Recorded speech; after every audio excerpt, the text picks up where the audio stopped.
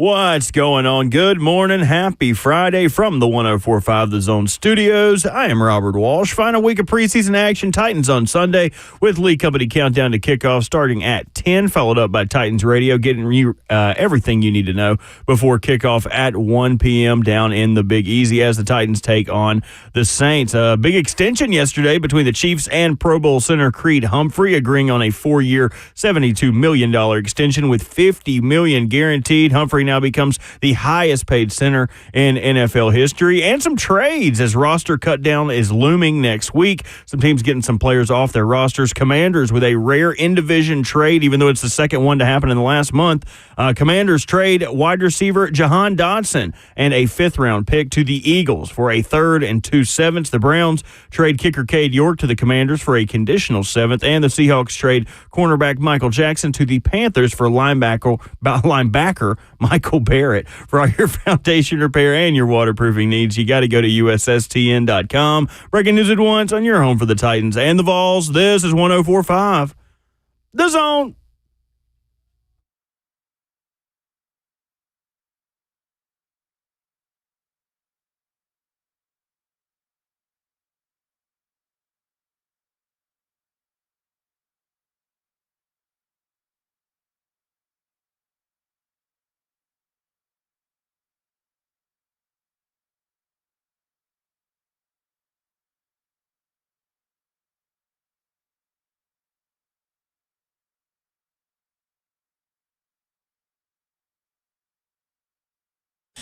Friday morning, kicking off a beautiful day in Music City, USA. This is Ramon, Kayla, and Will. RKW with Ramon Foster, Kayla Anderson. I'm Will Bowling. Robert Walsh is the man behind the glass. 615-737-1045. How you join us? The Titans wrap up open practices with the media present yesterday at Ascension St. Thomas Sports Park. We'll give you the biggest position battles heading into the weekend. We've got Brent Hubs at 7:20 with Marquez North days until football time in Tennessee. Zach Lyons, Blaine and Zach, our newest 104.5 The Zone teammate at 8:20. Keith Bullock at 9:20. Sammy Kincaid at 8:45. High school football is back. We have got so much to get to and only 4 hours to do it. Good morning. Good morning. Morning. Yeah, I was telling y'all I got shook, literally, walking into work today. Crazy. Not shook because, we had a Friday show to do, but shook because Nashville continues to put holes in the ground and build stuff.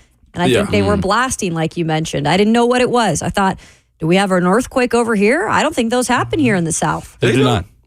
They do. Memphis gets them. Memphis does? Yeah, Memphis does. Yeah, I remember numerous times waking up in the morning and it was light. That's wild. It was light enough to where it didn't shake a whole lot, but like the local news, be like, hey, there was a tornado. There's a big old fault line on the Memphis, by the Mississippi River in Memphis. Here in the state of Tennessee, though, we don't get a lot. No, that's my people down there. Absolutely. The state of Memphis. The country of Memphis. It's a little bit different. It's not even really an insult. It's just they claim that. They are our own people, but them our people still, though, in the offseason until we start this thing. Was it being critical? Just a little bit. Just a little bit. Absolutely. I'm going to build a bridge. There's a big old fault over there for ages. I say ages like I'm 80 years old, but for years there has been this big old speculation the big one's going to hit Memphis. You did tell me about that before, actually. There's a Memphis fault line over there. That's actually a very serious thing. That's Yeah. interesting. So when was this rattling going on? Was it last night or on your way into work this morning? On my way in, Bert, I was walking up the ramp, and there was like that kind of siren a little bit in the distance, and then you heard the and it just kind of rumbled. Oh, they gave you a warning there. They did. Mm-hmm. Yeah. But I kind of just wanted Kayla to make the noise so I could clip you that. son of a because I'm like what what is it Onomatopoeia? called?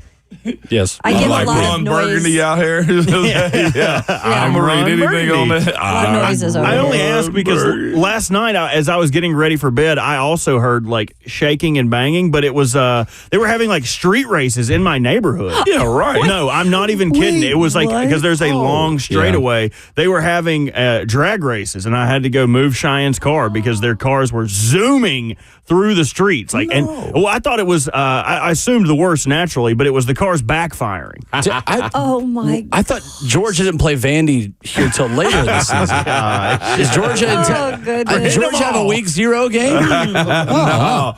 No, I think Is that's Isaiah just Wilson Georgia in one of Tech. those cars? It might be at this point. It was like Tokyo Drift. They had the lights. yeah. They had like the wraps on their cars. I was like, can y'all not find a better place to do this in a residential neighborhood? Shut Is up, that old legal? man. Yeah, right. You literally were get off my lawn guy. From Friday. You want some of this too, old man? No. I will take my ass to bed. Y'all have fun racing. I do love that yesterday of all the content we created, we literally had the head coach of the local NFL team on our show. And the bigger headline was Bert's Dirt. For sure. One day later, are you still riding the high of the president of a National Football League organization bringing you a mason jar of something that was in the ground a couple of months ago? Being as genuine as possible, that was one of the coolest things that's happened to me in radio. Because if you... It's kind of not to peel the curtain back, but it's a thankless job, right? It's not like we're doing this in front of an audience. Like sometimes you wonder if people like what you're saying or if you're funny. So the fact that he wanted to play along with the bit and remembered it for even 30 seconds after he got up off of that table was a really cool moment. One of my buddies texted me yesterday. I used to work with in North Carolina, and he's like, "Can you imagine telling yourself 4 years ago when you were stealing food from the Panthers press box to eat on your ride home that an NFL president would give you something?" I was like, besides a cease and desist, no. I didn't exactly what I was going to say. I didn't expect them to give me anything except for a letter to stop coming to these things. So that was a really cool moment. I appreciate Burke even thinking about me. Yeah. Well, awesome. And then it got even more icing on the cake yesterday. We watched practice for about an hour plus. With a couple of special was he signing individuals. autographs? No, he was giving out delegations. What he was doing was out giving out orders. Dude, it was so cool. Rand Carthon shows up, and you're right. He's not there to talk to me. He's there to talk. He's there to talk to Ramon. But I will glom off the fact that the general manager is one person over from me. Been there. So I'm just a lizard on a rock. You know what I mean? I'm just a lizard on the side of your house. Like, don't look at me. I'll go back in the fold here. But I would like to hang out with you guys if you don't mind. He did. It was a dope. It was real dope. It was 2 of them yesterday, man. So it was a cool moment. We sit back and judge people on the practice field. That's what we're paid to do. Yeah, judging the heck out of folks on the practice field yesterday. That's right. Could not wait, man. By the way, speaking of racing up and down the street, this morning, and I'd go at a decent pace if you get my drift, okay? Mm-hmm. There is this truck that's speeding. Just rolling. You're speeding. Okay, Will. Okay. I go at a decent pace, okay? Yeah, you're speeding. And this dude in this truck, man, just comes up and he's pressing me to get over, like literally pressing me to get over. I'm like, all right, bro, okay, you got it. And then he just zooms on past us. And I was just like, I said to myself, I'm going to see him in about 8 miles. No, it ain't that long, about 5 miles I'm going to see him. Yes. And he's over there driving like Miss Daisy after almost running us off the road. That. I was like, bro, what are you doing, man? Like, I'm talking about, he had to zoom past me going like 105, okay? Because he was just ticked off. I was just like, bro, you ain't even got coffee yet. Relax. I was gonna say, maybe he spilled it like me and stepped on the gas pedal. Well, maybe. So, and right in front of the stadium, I passed him again. He's just cruising along. It's almost like it's natural for some people. What was all that for? If someone's in front of them, or if they feel like there's obstruction, that they have to just go around. I feel that. It was insanely dangerous this morning, the way he pressed me. Like, I was almost over on the shoulder a little bit. Like, bro, slow down. If someone does that to me, I will because I'll usually, if it's just like a couple seconds, they're not going crazy fast or like totally tailgating me, I'll get over. But if someone's like really making it obvious or like right on my tail, I will slow down and stay in the lane that I'm in. Yeah, I'll do that. I will make them, unless they've got the emergency flashers on. Because sometimes I think of like, all right, maybe somebody's in the front seat having a baby. Like I never know. Yep. Because I've had family members who've been in those situations where like no one is there to drive them to the hospital and like there is an emergency and you are like speeding or like someone's in the hospital that you have to go see and it's like time sensitive. So I always want to be sensitive to that, but in the moment, it's like, you're going to sit right here. You're going to wait. You're going to wait. You're going to wait, You're going to be patient. Yeah, you ain't got to worry about me running anybody off the road. I will be the one to run off the road. I am very prone to, if there is traffic and I can see that my lane up ahead is open, I will drive off the road and get back on. I'm an off-roader. Cheyenne hates it. That traffic is not my traffic. I will find a way. Create my own traffic. My boy got his own international roads out here. Mm-hmm. What happened in practice yesterday? You guys were there with special guests. Offense was not terrific. Yeah. Was not, man. Will Levis did get to the end zone and connected with Calvin Ridley on top of that. That was a nice highlight. Yeah, it was a nice highlight. That did happen. It was just one of those.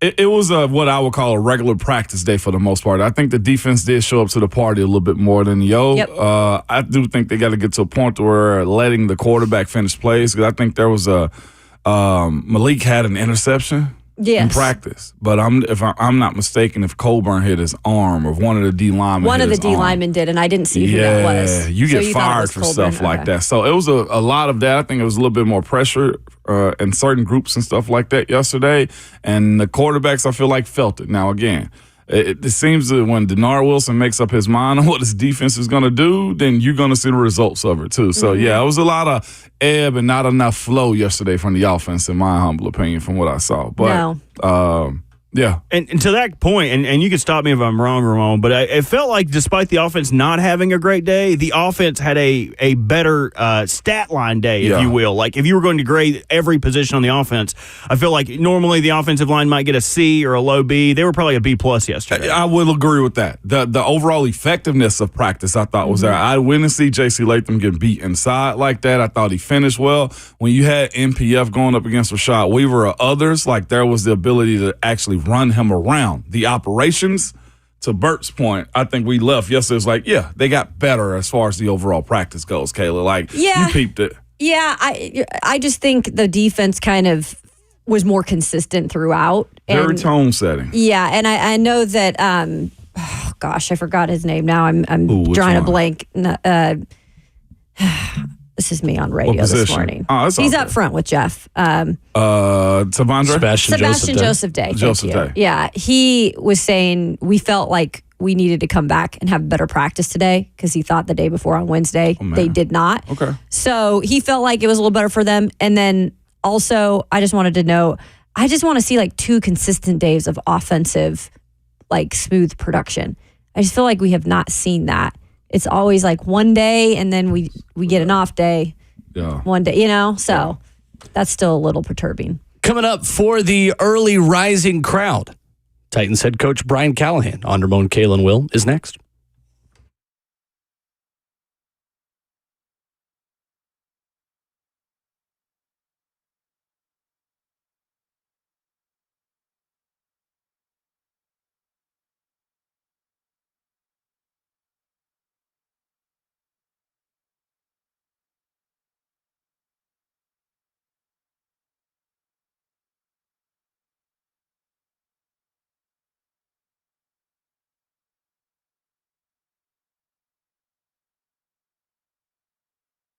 Hey, it's Will Bowling with exciting news from my friends at Brentwood Hearing Center. Their team of doctors of audiology are always committed to providing patients with the most recent hearing device technology, and their leadership team recently attended the launch of a revolutionary hearing aid, the Phonak Sphere, which is dedicated to helping patients hear well in situations where there is a lot of background noise. And guys, this is groundbreaking technology. There's a computer chip dedicated to address speech in noise. The Phonak Sphere will help you when you're out to dinner at a noisy restaurant, you're visiting with friends or clients at a cocktail party, or even attending sporting events. If you have difficulty hearing conversation when there's background noise around you, this is for you. Give them a call and try this industry-changing hearing device technology at 615-377-0420 or visit them online at BrentwoodHearingCenter.com. That's 615-377-0420 online at BrentwoodHearingCenter.com. That's Brentwood Hearing Center. Better hearing,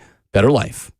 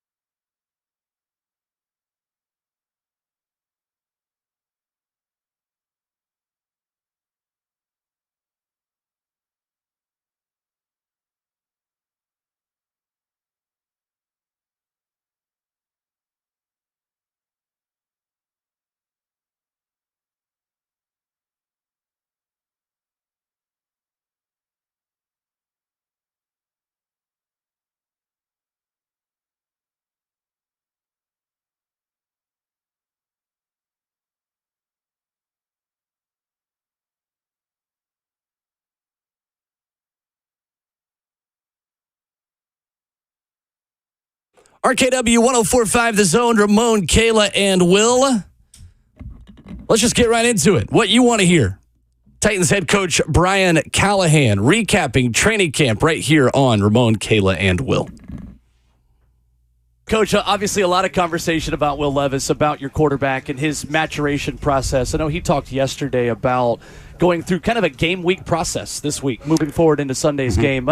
How much of this week really is starting now versus just on Sunday a full dress rehearsal for you guys? That's the best way to put it. It's not totally what a game week would look like because the practice schedule is different. We're still sort of under a training camp regimen this week still, but we're using a lot of the meetings to preview what that process is going to look like. So our team meeting was what our Wednesday team meeting will look like. It's the introduction to the opponent, a little more focused on actual playing a game and against somebody else, whereas these first two preseason games are a lot more about, look, here's a little bit of what they do, here's how we're going to run against them, but you're not really prepping that way. This is a little bit more of a dress rehearsal in the preparation part. So we're having our meetings, our red zone, our third down, just what that process looks like, who's involved in it for the coaching staff, because for us as well, we're all new working together, and this is the first time we're going through a game planning process. So I get to hear guys' ideas and how they go about it, and then we can kind of refine what I'm expecting as well. So it's been really beneficial.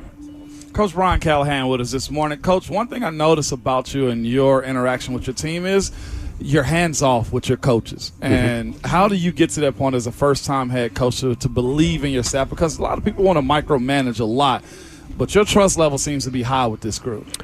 I think it just starts with the type of people we brought in. I mean, we were really intentional about the coaching staff and who we were bringing in and what they brought to the table. We have young coordinators, but we have veteran coaches, if that makes sense. Frank Bush and my dad and Tracy Rocker and Randy Jordan. I mean, these guys have coached for a long time, and they're really, really talented. And so I trust them. I trust their ability to manage their rooms and coach the players and build those relationships. And I didn't like being micromanaged as an assistant coach myself. Just let me, you hired me, let me do my job. And I think that the trust that I have in them is really what allows me to do that. And again, they're veteran coaches. They don't need to be handheld and told what to do. They know how to go about their business. And that part's been really enjoyable for me, is that I get a chance to watch them do their thing too. And it's a fantastic coaching staff. What you mentioned your dad. Of course, everybody knows him as Bill Callahan, O-line guru, right, that's been teaching. But with that, having him here, how pleasant has it been to see a guy who was injured all this offseason, and Nicholas Petit-Frere, somewhat come out to practice a couple of weeks later and answer the call the way he has so far? Been one of my favorite parts of training camp, to be honest. I think that we had high hopes for Nick in the offseason. Obviously, he was coming off an injury and then had another procedure he had to get a cleanup and missed that time, which I thought was really important time for him to be around and a part of the process. And then he's starting to get back and get healthy, and then all of a sudden he comes out to practice and you see a different version of what I saw in the spring, and he's really come a long, long way in a short amount of time, and I think that's really a credit to Nick and the work that he's put in. So that's been a really cool part of training camp. One of my kind of background favorite things about it is seeing his development. Just all in all, that probably one of your biggest surprises. I didn't mean to get you right there, Caleb, but like that's I want to know what was your biggest surprise on sight unseen on this team? I think from some of the impact that we've had from some of our draft picks, especially our later round picks with Jalen Harrell, Jarvis Brownlee, Quan. I mean, some of these guys that you were hopeful would be able to have an impact and create a role, but they've been far more impactful than I would have initially thought. And they've all really stepped up to the plate as we, the minute they walk in the building, what we tell guys is it doesn't matter where you got drafted. And you've been drafted. It doesn't matter where you come from, whether you're a CFA or you're a draft pick. Ultimately is how can you help us? Mm-hmm. And these guys have shown that they can help us, and that part's been really fun.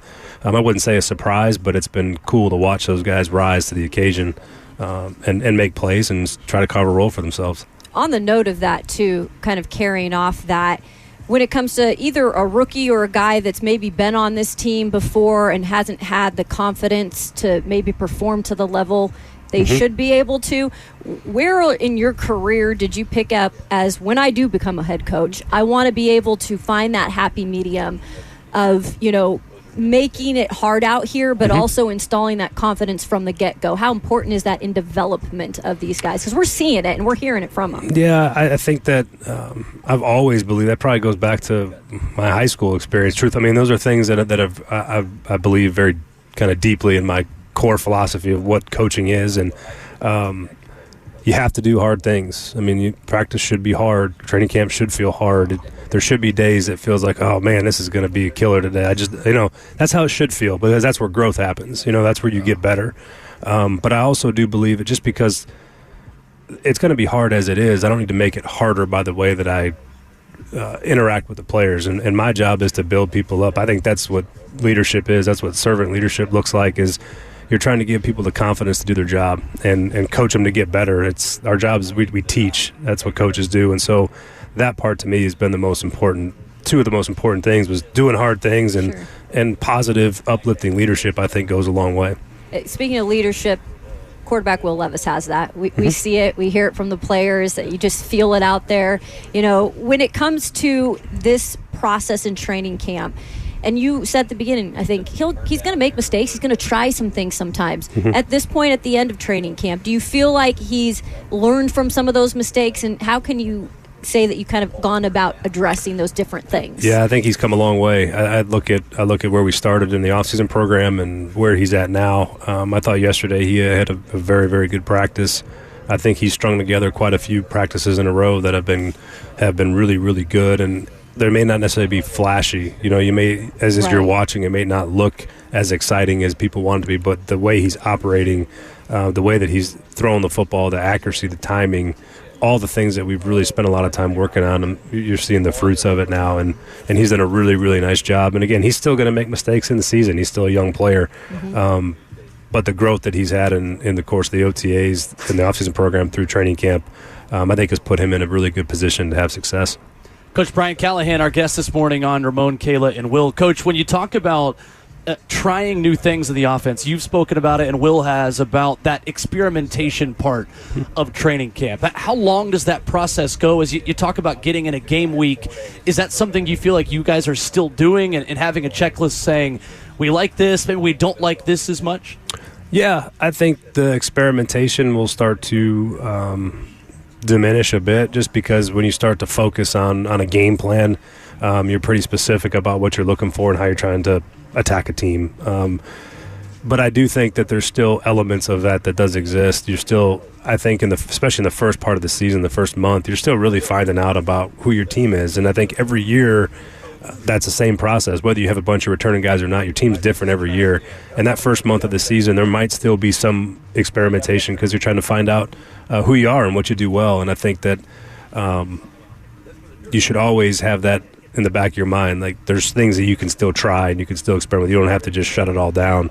But it does change a bit when you are getting ready for a game. And I'm excited about those guys and what we've experimented on. But ultimately, we're trying to find, what do our guys do well, and how do we use that to our advantage? As you move forward into the last preseason game, how much of this is a third of your evaluation process versus a final exam, so to speak, where this is the final opportunity, it's your last chance for guys at the bottom of the roster to kind of make a name for themselves, but at the same time, it's a third of the entire preseason reps. How do you kind of balance that? Yeah, it's one more opportunity. It's another part of the evaluation process, and the evaluation process is sort of pronged all through their experience in training camp. It's in the meeting rooms. It's how they interact with their teammates. It's what practice looks like.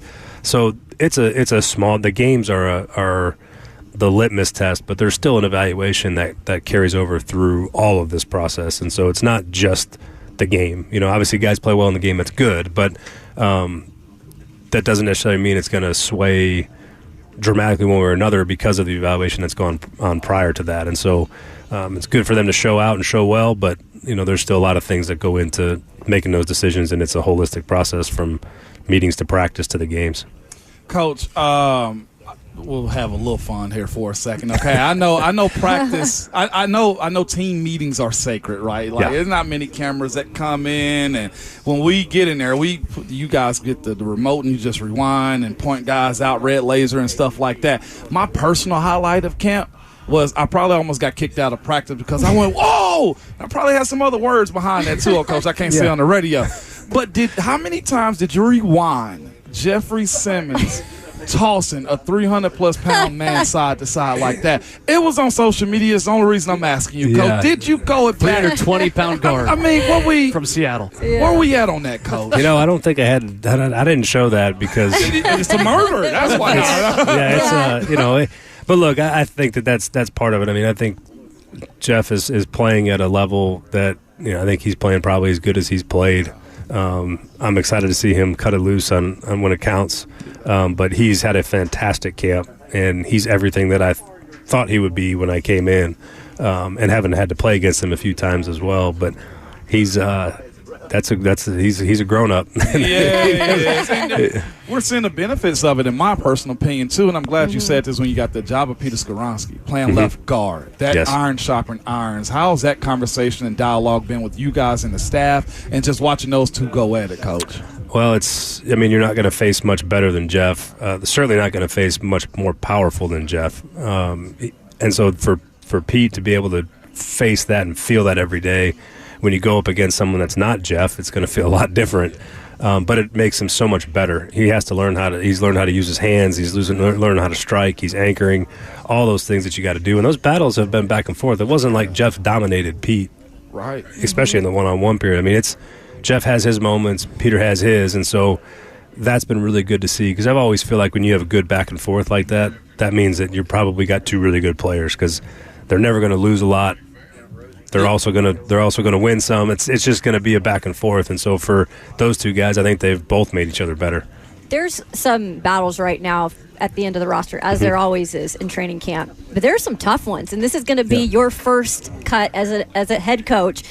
Is that like new for you in terms of how you approach this, or did you learn a lot from Zach Taylor in this process? And how many at the bottom of this roster here are you guys kind of in between? Because you got tight ends, you got running backs, special teams come into play. It's that back of the roster spots, those last 5 or 6 spots are usually highly competitive. Thankfully, I've been a part of these conversations for a number of years now, because in Cincinnati, the coordinators were involved in all of these processes and in the decision-making process. So it's not new for me. I feel pretty comfortable in that role. Now I just have to worry about the rest of the team as opposed to just the offensive players. But we're going to unfortunately probably end up cutting players that are going to go play elsewhere, and that's a good thing for them. That means that some of our positions are deep, and that's what you want. If your team if you have a good football team, you should be cutting good players within the training camp, and they should be playing somewhere else. And that's a testament to Rand and his staff and the players that they've brought in. And the more of that we have, the better off our team is going to be at the end of the day. The more competitive those position battles, the harder those decisions. That means that we have good depth on our team, which you have to have in the NFL these days. You're going to use all the players on your roster at some point. Sure.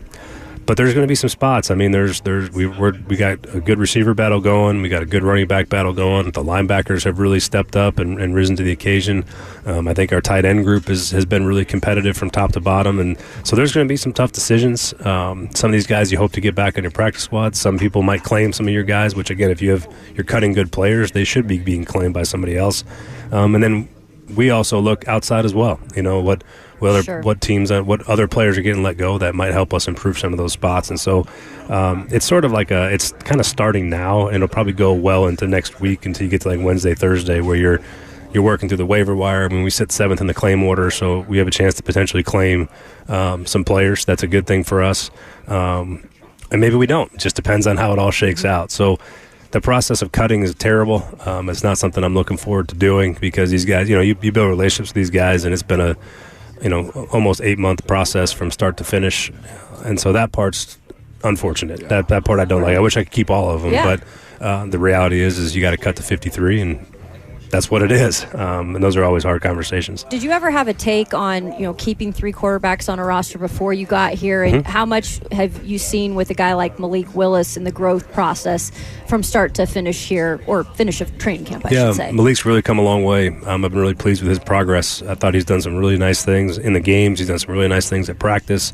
He is super talented. And to see him really take to the coaching and buy into what we've been trying to get those guys to do has been cool to see. And so Malik's done a really nice job. Obviously earned right to start the game last week and play with the twos, and it's been a pretty competitive battle. And the good thing is that Mason's played just as well. And so I don't feel bad about the position. I think we got good players there. We've kept 3 before. In places I've been is going to be really a roster construction issue. It's not going to be whether we keep 3 or we keep one on the practice squad. It's more about what does the holistic 53 look like for us, and sometimes it's not about the player, it's about the numbers. And so we'll see when we get there. I can't make any determination at this point, but really been really proud of how those quarterbacks have come along. I think Bo Hardigree, our quarterback coach, has been phenomenal. What an asset he's been to those guys. I think he's done a great job developing both Mason and Malik with Will. So it's been fun to watch. Coach, on the way out, I know you got to get to practice. As you evaluate Will Levis and talking about him and just how far he's come, where do you feel like he is excelling the most? Is there one area where you think he has come the longest way through this offseason? It's not something that maybe everyone can see, but I think his footwork and how he operates in the pocket is so much better than it was a year ago for him when you watch the tape. It's so much more calm. It's so much more measured. It's his footwork has really, really come a long way, and he's worked really hard at that to make that fit, because everything in the passing game for us, your footwork is tied in with the timing and the progression, and so that's been a cool learning process for him to start to feel that. And I think as the days have gone on, he's gotten better and better, and he starts to look and feel like what I'm used to watching. With these, I've been around really good quarterbacks, thankfully, but he's come a really long way with that, and that's been really cool to see. Coach Brian Callahan. Real quick. Go ahead. Yeah. Practice is starting in seconds. Coach is over. He's big dog, okay? He can go when he wants it. It starts when I show up. Right? Talk your stuff. I keep trying to tell. Never mind, Coach. But either way, the idea of historically here, you listen to the fans and people who have been here, it's always been 3 yards in a cloud of dust as far as the offense go, pounding the run game. Now you got 2 dynamic running backs with a quarterback that can throw anywhere and some wide receivers that got a lot of experience in this league. And I got to throw NWI in there because I'm a fan of undrafted. Don't ask me why. But with that being said, though, Coach, the identity of this team may look a whole lot different to the fans in week 1. What do you say to the folks that are watching this style of ball as opposed to relying on 22 Derrick Henry as much as it possibly have in years? Yeah, I think that we're trying to play a brand of offensive football that makes it hard on defenses to prepare for us, and to put guys in position to go. It's a matchup league. I mean, it's who's going to go win, and we're trying to have enough guys and put them in enough spots to go win those matchups when it comes down to it. And we're still going to run the ball. I don't know if you guys know this, but through 2 preseason games, I've run the ball 75 times. All right, I've made bets on it. We're first in the league in rush attempts in the preseason, so I'll see if I can't get it over 100 for 3 games. But I do love running the football and tying those things together. I think is what matters more. So it's more about trying to find ways to run the ball explosively, as opposed, like I said, the 3 yards, the plotting portion of running. There's a part of that that's you need in football, but we're trying to find ways to get explosive runs and maintain efficiency in our run game. And then you marry that together with your formations and your motions and your screen game and your play action game, and you try to make it all look the same to the defense pre-snap, but there's a lot of different things. We can run 5 or 6 things from the same formation and motion, and that's the idea. And so we're still going to run the ball. I think that's still part of football. You still have to be able to do that. It might look different than it's looked in the past, and we got 2 really talented backs that are really fun that can do a lot of cool stuff. But we're also going to be mindful in how we throw the ball and where we throw it, and again how we use the play action, how we use the screens, and then where we mix the drop back in, particularly on 1st and 2nd down. It should be a brand of football, hopefully, that people enjoy watching. That's the goal. We've enjoyed it up to this point. That's we haven't good to even hear. seen half of it, right?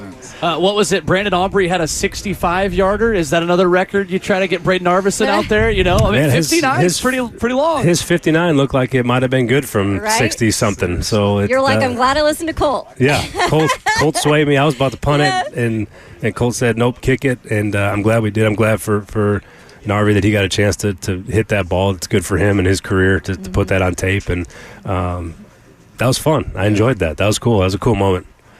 Great conversation there with Titans head coach Brian Callahan. We'll give you more of our thoughts on what he had to say with us here on the show as the morning continues. But coming up next, the world of college football, An unprecedented search for money led one Power 4 program to a bit of an odd place. Got that for you next.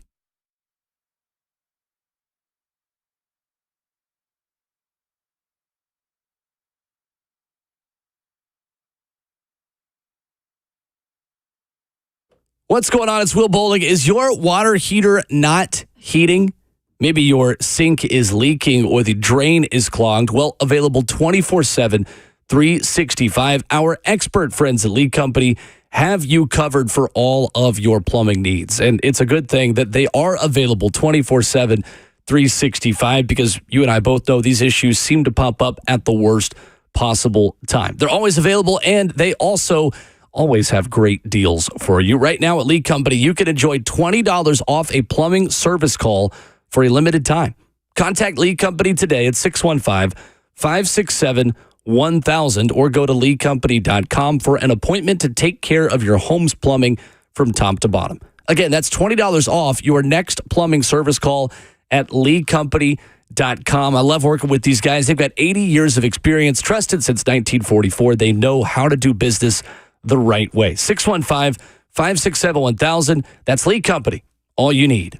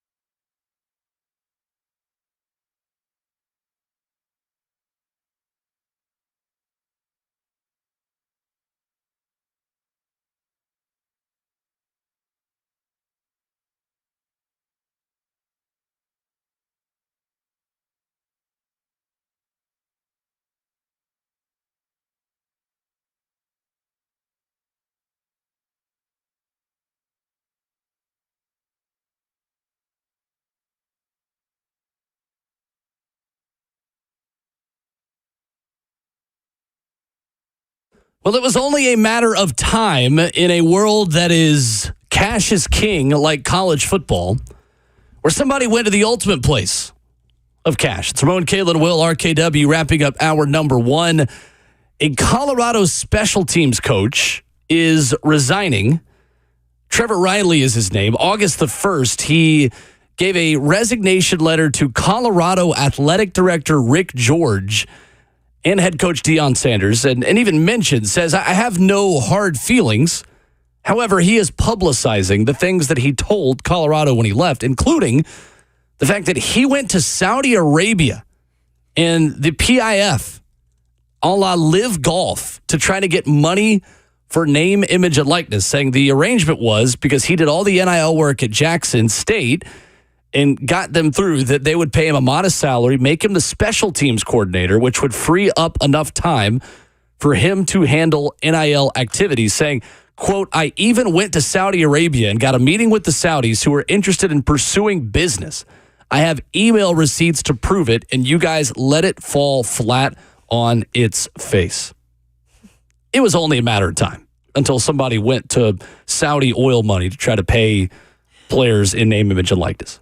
Trevor, you tripping. Colorado, y'all tripping. Like, it can't be that bad. Like, and you're right. At some point, we knew somebody was going to mortgage something they shouldn't, sell something, or somebody at this point, or a team, to somebody that just wanted to wash money. Essentially, is what's going on in this situation. Like, you can't be that desperate to win to where you're using college athletes as a negotiating piece for Saudi Arabia princes and their funds and money and stuff. Like, does he not understand, like, the weight of what that conversation was and what it could have led to if they had sold out to it? Like, I know Live is his own entity, right? Mm-hmm. But golfers are individual businessmen, LLCs, corporations, whatever, conglomerates of themselves that chose to go over there. You mean to tell me that some parents will have their kids in bed with Saudi Arabia businesses? Like, that makes absolutely no sense. Like,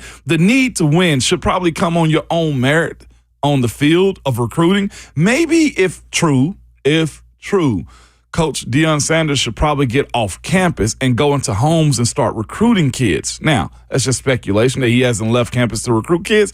I don't know. You come to Prime. It's the way it's been described in some social media posts that I've seen and articles. So that's where they got to reset that. Like, I'll be honest. Like, I love Deion Sanders, but there's some things I just don't like about the way they're going about it. And that is my own personal opinion. I grew up a Deion Sanders fan. I had the poster walking out of our double-wide trailer, walking outside of our door of Prime with his shoes on that he's just re-released again when he was with the Cowboys. Prime, I can see it right now in my childhood room. This ain't the Prime or the operation that I thought I'd see coming out of him at this point. And again, still a fan of him. Mm-hmm. But at some point, playing this game of being a coach in majority white businesses, Deion, you got to be a little bit cleaner than dealing with the Saudis. And here's the thing, though, too. To me, is this. It's win. Go win. There's been a lot of talk around this school, the approach that they have and how they go about it, and they will have potentially 2 first-rounders this year, if not a first and a second rounder, because Travis Hunter is that solid, and I think Shador may play himself into a first also. But you got to do a little bit more than just selling your kids to potentially Saudi Arabia. And being that you're the head coach, it does go up to you on this type of stuff. He's your representation. Yeah, this is shady at best. I mean, this is one of those things, like, it's one thing that Live is now in existence, and even the PGA has had talks with, collaborating with them, and we don't know how that's going to end up in the future. But that's one thing. Like you said, those are individual professionals that have chose to go play for that and clearly make a lot of money. These are still majority amateur athletes. Like, yes, they're getting paid. Some of them are getting paid more money than we'd ever thought at this point in college football. But at the same time, these are still young men. They're 18 years old. And as a head coach, I don't care who you are. And, we all loved Prime's play, at least. Maybe not, how he carried himself in some situations, but he was a fascinating player to watch. Absolutely. But now you're in charge of young men. And for you to, again, if you had any knowing of any of this, and you should always, if you're the head coach, know exactly what's going on with your program, like this is just too far for me. This is just taking it too far. NIL is one thing. I think it's great. I think it's great that young men are, earning a lot of money for their universities and now they're getting paid for it. But to this level, y'all, that's beyond what we should be doing with these amateurs and these programs in college football. So then what makes you think another one isn't going to be like, oh, it's Pandora's box? You know what I'm saying? That's what I think. Riley says he did act on his own accord. But I mean, if you're a special if your special teams coordinator is in Saudi Arabia on a Thursday, you know he's there. So anyway, it might have been his idea, but Deion Sanders knew about it. Sure. And I also don't know who you're recruiting with an Accord, like really poor car to choose. Honda Stray bullet for Honda Accord drivers. That's crazy. Those are good cars. 615-737-1045. Yesterday's practice, what happened at Ascension St. Thomas Sports Park? We will tell you next.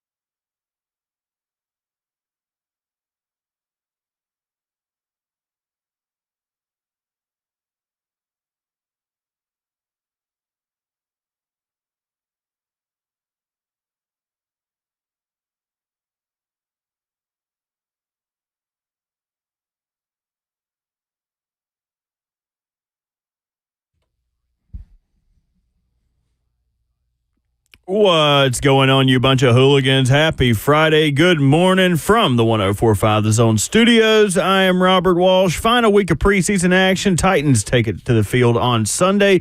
Lee Company countdown to kickoff kicks off at 10 o'clock, followed up by Titans Radio, getting you ready for everything you need to know before the actual kickoff at 1 p.m. down in the Big Easy as the Titans take on the Saints. Big extension yesterday got done between the Chiefs and Pro Bowl center Creed Humphrey, agreeing on a 4-year, $72 million extension with $50 million guaranteed. Humphrey is now the highest paid center in NFL history. And 3 trades yesterday, 2 involving the Commanders, as the Commanders trade away wide receiver Jahan Dotson and a 5th-round pick to the Eagles for a 3rd and 2 7ths, and trade for Cade York from the Browns, kicker, and they trade a conditional 7th-round pick. Seahawks also send cornerback Michael Jackson to the Panthers for linebacker Michael Barrett. For all your foundation repair and waterproofing needs, you got to go to USSTN.com. Breaking news at once on your home for the Titans and the Vols. This is 104.5 The Zone.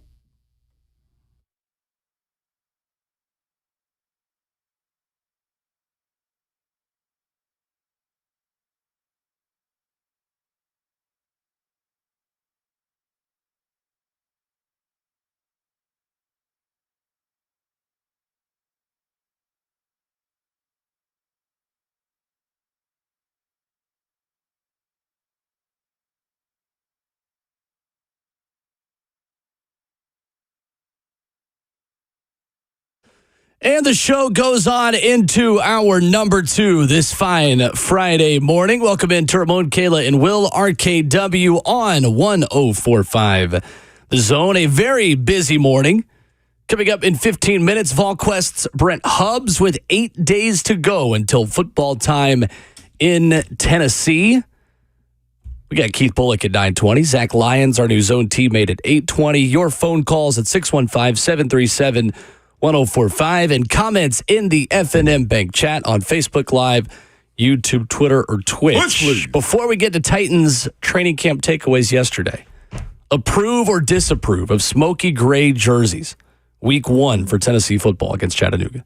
I'm interested to hear your guys' thoughts. I like smoky gray. I like it for the baseball uniforms when I've seen them.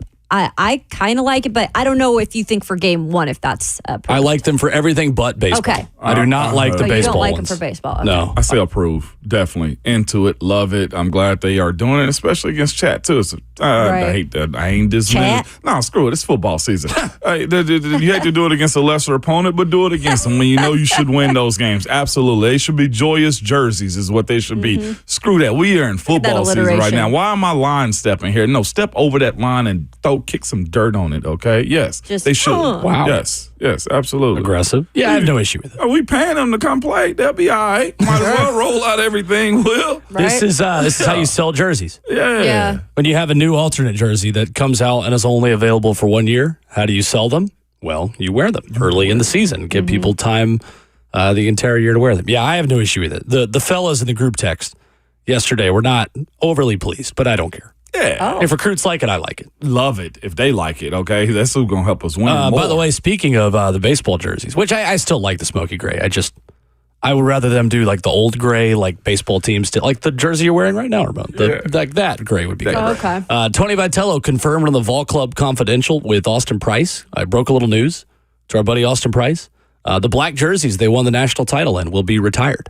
Never worn again. Wow, that's kind of So cool. I had heard from a source in Knoxville. Gosh, that feels fun to say. I don't get to say that often. I had heard from a source that Tony basically wanted the black jerseys because he was like, well, football got them. Can I have some too?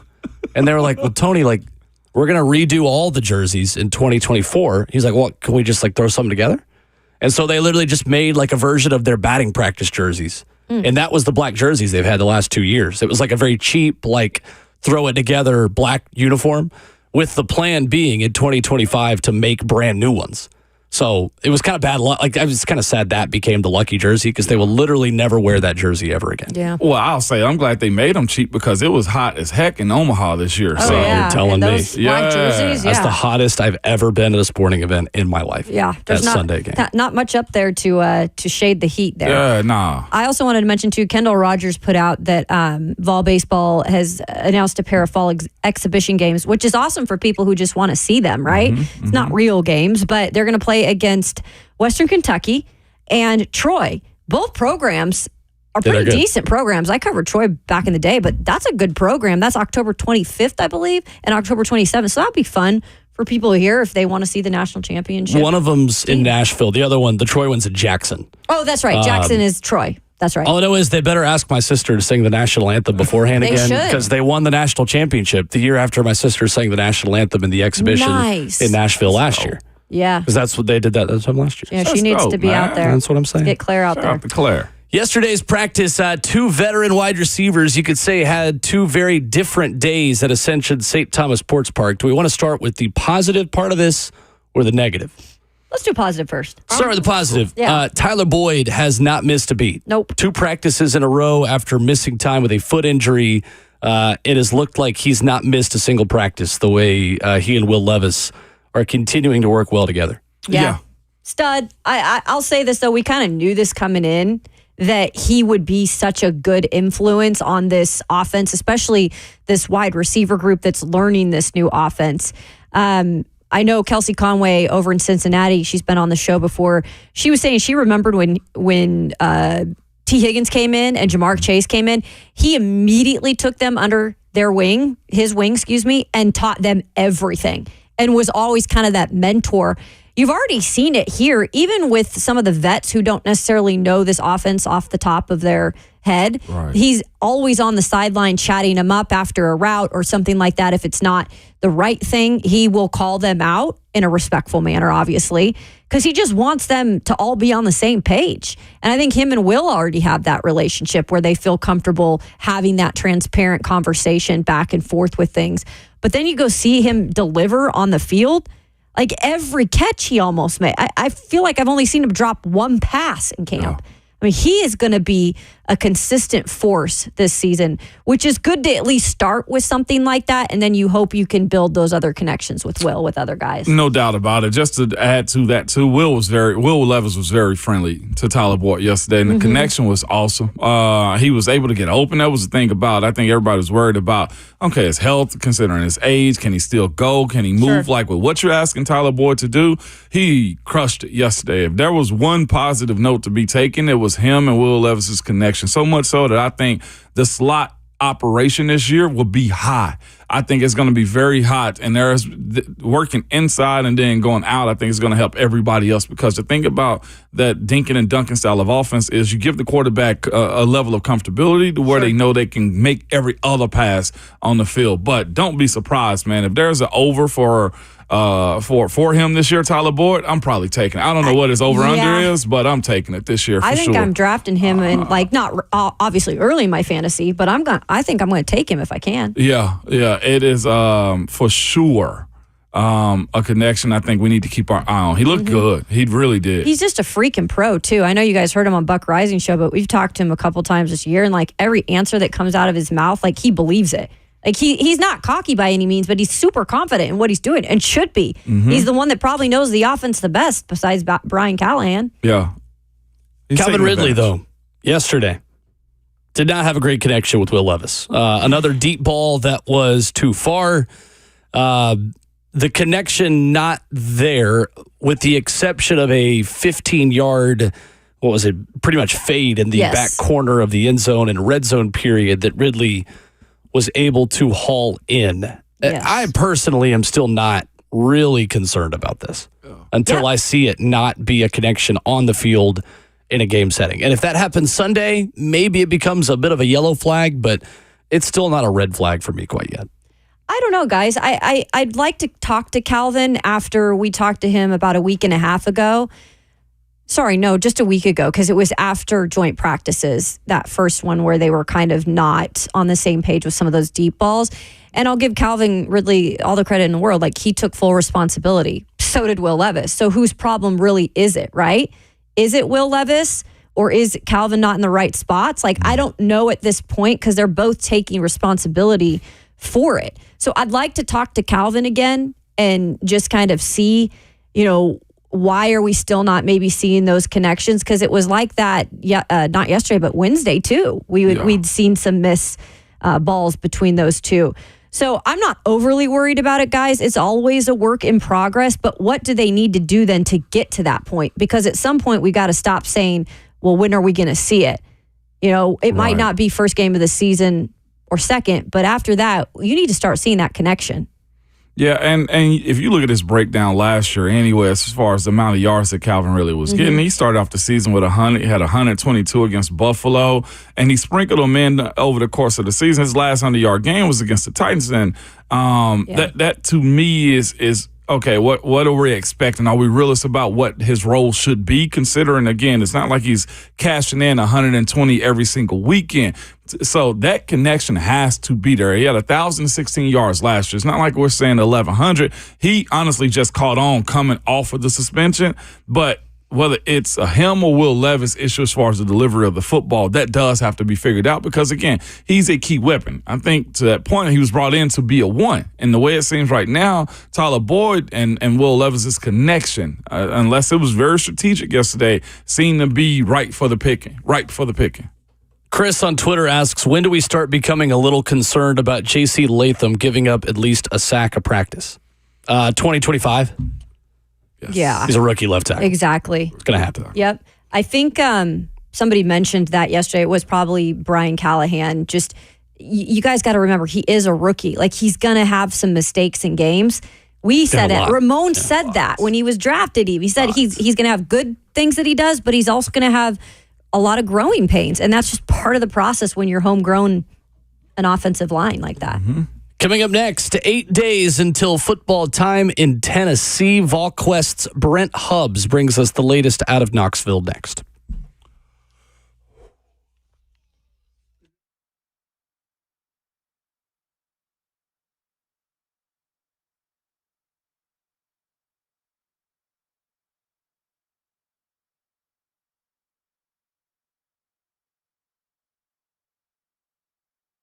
Everywhere I go, I see Ford Broncos all over the roads, and they're all different. Soft tops, hard tops. The Big Ben, the Heritage styles with the white tops. They also have the the black diamond version of it, and the Raptors, and the also smaller Bronco Sports. There are so many options, color combinations, so many different packages and trim levels. That's why Two Rivers Ford team invites you to get to know the Ford Bronco like they did with me last week, okay? Had a Bronco all week long, and I'll be honest with you, absolutely love the vehicle. The thing is, you don't need to be in the market for a vehicle either. The Two Rivers Ford team has a team of Bronco experts on hand to introduce you to the Ford Bronco, answer your questions, let you test drive it, show you the on-road and off-road capability, the technology, the accessories that go on it also. And remember this, the Two Rivers Ford team doesn't work on commission. They're there to educate you, to answer your questions, and to introduce you to a really cool vehicle that you might not know a lot about. There's a reason. That's one of the reasons people love doing business with Two Rivers Ford and why they're the South's most trusted dealer. So go see my friends at Two Rivers Ford and Mount Juliet, just 7 miles east of the airport, and get to know the Ford Bronco.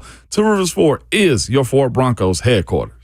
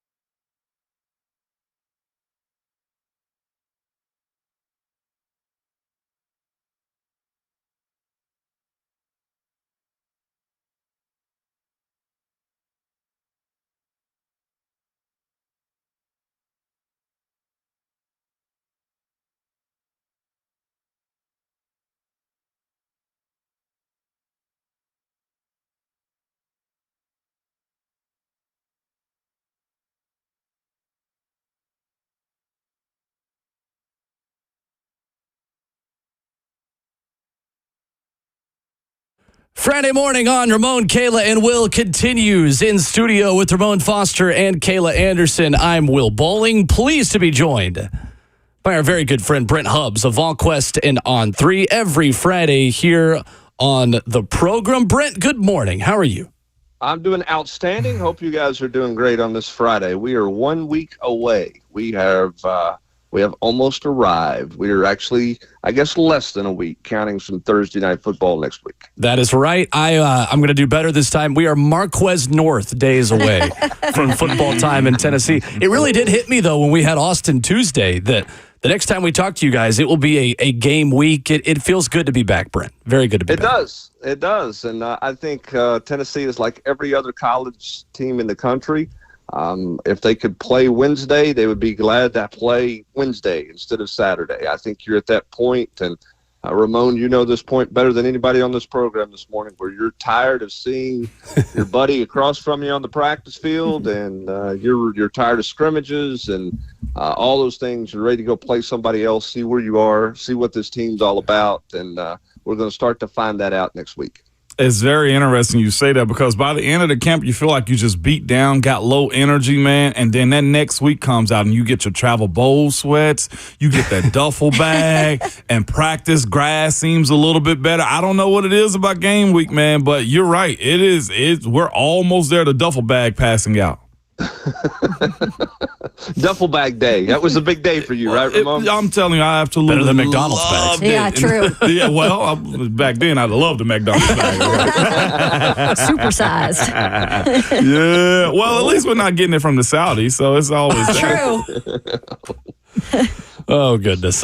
Brent, as you look at this Tennessee team going forward into the Chattanooga matchup next week, where is the health of this team as far as Brew McCoy, Cam Seldon, and Keenan Peely? How much bubble wrap is Tennessee going to try to wrap some of those guys in? And how much could we see some of these kind of 50-50 working their way back from injury guys next Saturday?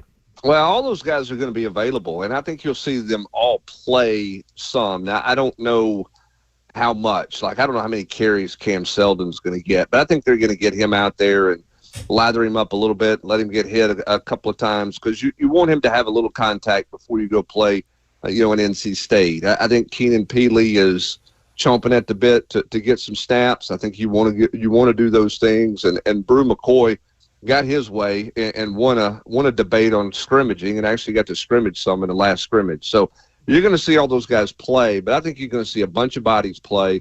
I don't think you're going to see anybody put a heavy snap count load on any one particular player or position in this Chattanooga game. But that's not a knock on Chattanooga. But this is a game where you should play a lot of people. You should get a better gauge on where some guys are against somebody other than yourselves, and it helps you figure out kind of where you're at and who's above the line of help and below the line of help as you get ready to go play some Power 5 opponents. Brent, how big is Cam Seldon's role going to be in this offense? Because I remember when he was recruited as that kind of Swiss Army knife, you could put him out at wide receiver during a drive, then you could bring him in and play running back, and almost being a Deebo Samuel kind of role. What do you think that looks like for him this season?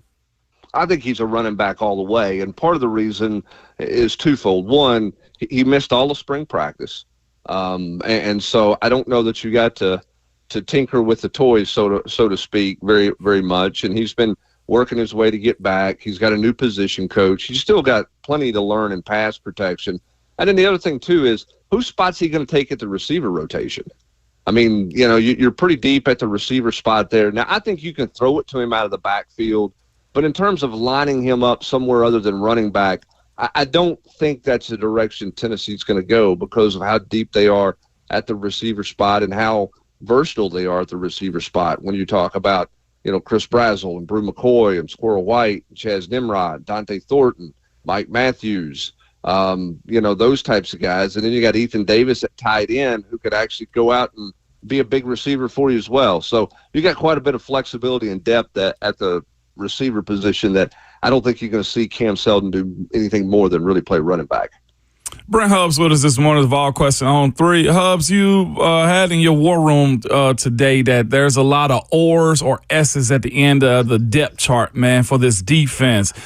Hubs, for all the hoopla that was made about Coach Heupel and his staff, right, as far as the offense goes, should we keep this a state secret, how good this defense could or should be? Well, they're more talented, obviously. They've flipped that side of the ball from a talent and roster standpoint extremely well, and they're deep. We've talked about the defensive line for the last 3 months, and literally they're 14 deep there. And they're going to rotate a bunch of those guys. I don't know that a defensive lineman is going to play more than, 30 to 35 snaps a game. There'll be some games where you're going to look at that defensive line snap count, and there'll be 9 of them play 24 snaps. And that's the way Rodney wants to play it. He has the luxury of being able to do that because of how deep they are at that position. They got more depth at linebacker. And they have more bodies in the secondary. They're just not proven. I think depth charts are pointless, okay? And I know that we've given them out through the years, and that's what they've done. But, you don't want anybody to look at a depth chart and say, wait a minute, I'm third team, or I'm this. So you just put an or beside everybody. They won't put an or at the quarterback position, right? But, and they won't put an or at the punter position.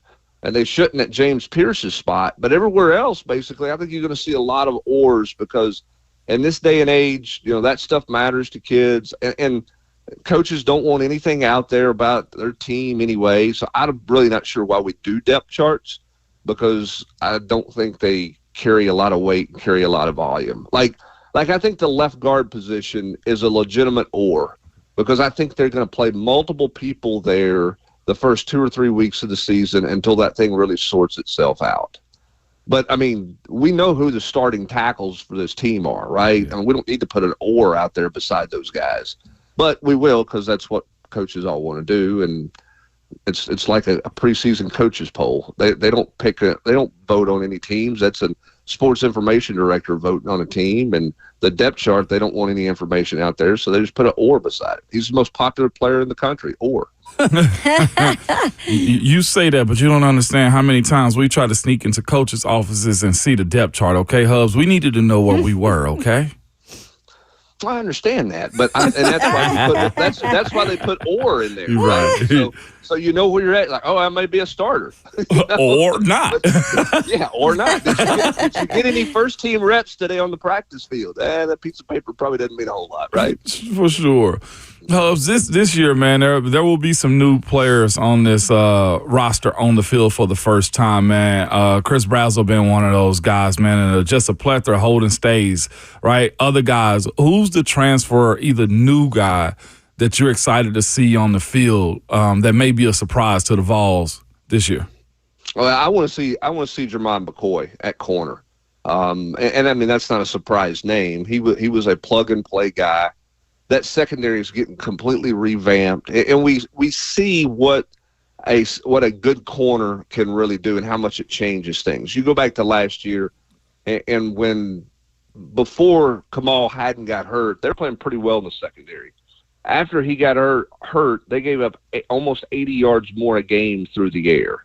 So if you got one guy who can shut down a side of the field, it completely changes how you play your safeties, how you roll coverage, how you do different things. And when Kamal Hadden got hurt, it really balanced out the field for the offense. And I think I'm curious to see how McCoy's transition to the SEC goes. He's had a really good camp. I think he's a fascinating story. He was a high school wide receiver. Oregon State signed him to be a wide receiver. They had a need. They flipped him to corner. He became a freshman all-conference player, led the team in pass breakups and interceptions, and solidified himself as a corner to the point that he became one of the top transfer corners in the portal window last December, having arrived at Oregon State months earlier as a wide receiver. It's a pretty fascinating story. I'm curious to see how he plays. I think he's going to have a really good year. And I think the transfer nobody's talked about or hasn't talked a ton about is Miles Ketzelman, the tight end from Alabama. Perceived to be just a big guard, basically, an extra offensive lineman out there. He's much more athletic. He plays better in space. He's a guy that they can do some things with. I think that they're going to play a lot of not a lot, but a good bit of two tight end sets. I think you'll see that some in the red zone where they can create some matchup pluses or advantages for them with Ethan Davis and a second tight end down there. I think that's going to be a nice little potential wrinkle for this offense. Brent Hubbs of VolQuest joined us this morning on RKW like he does every Friday at this time. We've chatted about this a little bit on our show before, but the possibility of the SEC passing in terms of an injury report requirement. So what are you hearing, Brent, in terms of when that could come out, and how, if all, does that affect anything when it comes to game planning for these teams? Well, there's talk that the day that they're going to release it for SEC games only is going to be on Thursdays if it passes. So we'll see if that happens. We'll see how detailed you have to get. Everybody might Belichick it and just put questionable. There might be 19 players questionable each week. And it might be, they might have a coach say, well, we put that out so we didn't get fined, to go off the Marshawn Lynch theory and things. I don't think it's going to change game planning. To be honest with you, I don't think that there's going to be shocking news. Like if you know a guy's not going to play, I still think coaches are going to list him as questionable, even if he hasn't practiced all week, right? I mean, Ramon, you remember those days? Yeah. I mean, it's like he's dang near lost a body part or something. We think he can go. There's a good chance he'll be able to go on Saturday. It's like, really, I saw him on a scooter about 5 minutes ago. But we think he's got a chance. I mean, that's just the way that's going to play. So I don't think that thing is going to be nearly the big deal that some people thought it was going to be back in spring. When it was first talked about. I think there's going to be plenty of ways to satisfy whatever you're supposed to put out and still not give away any trade secrets or anything like that. And listen, the SEC may change. I mean, the Big Ten has one, Yep. And it was never a story because they put theirs out on Saturdays, like hours, a few hours before kickoff. Well, if the guy's out there not running around, you probably know. And I mean, coaches have got to the point where we're going to dress a guy for warm-ups and let him stand around out there, and then they go into the tunnel and he comes back out in street clothes. It's like, guys, he didn't do anything in warm-up. He didn't take a rep. He's not going to play. Yeah. But we've also seen coaches through the years on the practice field put a guy in a different number practice jersey to try to hide an injury that way. So, again, there are lots of ways to get around that. I don't think that that's going to be a significant thing at all for this college football season. I think in-helmet communication and iPads on the sidelines are going to be probably a bigger storyline than any injury report out there for the SEC. Brent, on a facilities front, when it comes to their opener, what can people, maybe expect in terms of how things look and, when it comes to the parking and just to be prepared when they come into town if they're coming from out of town? Well, I mean, all the roads are going to be open. There's going to be a lot of cranes because they're building a lot of stuff on campus. And obviously, as you come down Peyton Manning Pass, the nursing building's not done, but road's going to be open and all that's going to be ready to go. I think if you're going in the south end of the stadium, it's going to be wider in spots. You're going to be able to see what it's going to be like, but there's still going to be some equipment laying around that's inside chain link fencing because they're not taking all of the equipment out because they're going to do some work during the week between games to continue to work on that project. Now, nothing major, but they've still got equipment up there that they can work on, the new bathrooms and concession stand area and stuff like that that'll show up in 25. They will not do anything where the founder suites are. I think the biggest thing for people going into the stadium, if you have tickets in the south end, they have changed that student gate, which was a temporary gate last year, and there was a huge bottleneck at that ramp at gate 10 that caused some people to nearly be late for kickoffs and a lot of frustration just being jammed up in there. They've moved that student gate down to the bottom of the south end now, and they've got them a new gate there. So I think that's going to alleviate. They think that's going to alleviate a lot of the bottleneck there at Gate 10, which should make it easier for fans in the south end to get in and out of the stadium compared to what they had a year ago. Nice. Brent Hubs of VolQuest, our guest this morning on Ramon, Kayla, and Will. Brent, on the recruiting trail, David Sanders joins the fray officially over the weekend. You get Jaden Harmon, the flip from Alabama. Onis Conan-Banny next, announcing his decision this weekend between FSU and Tennessee.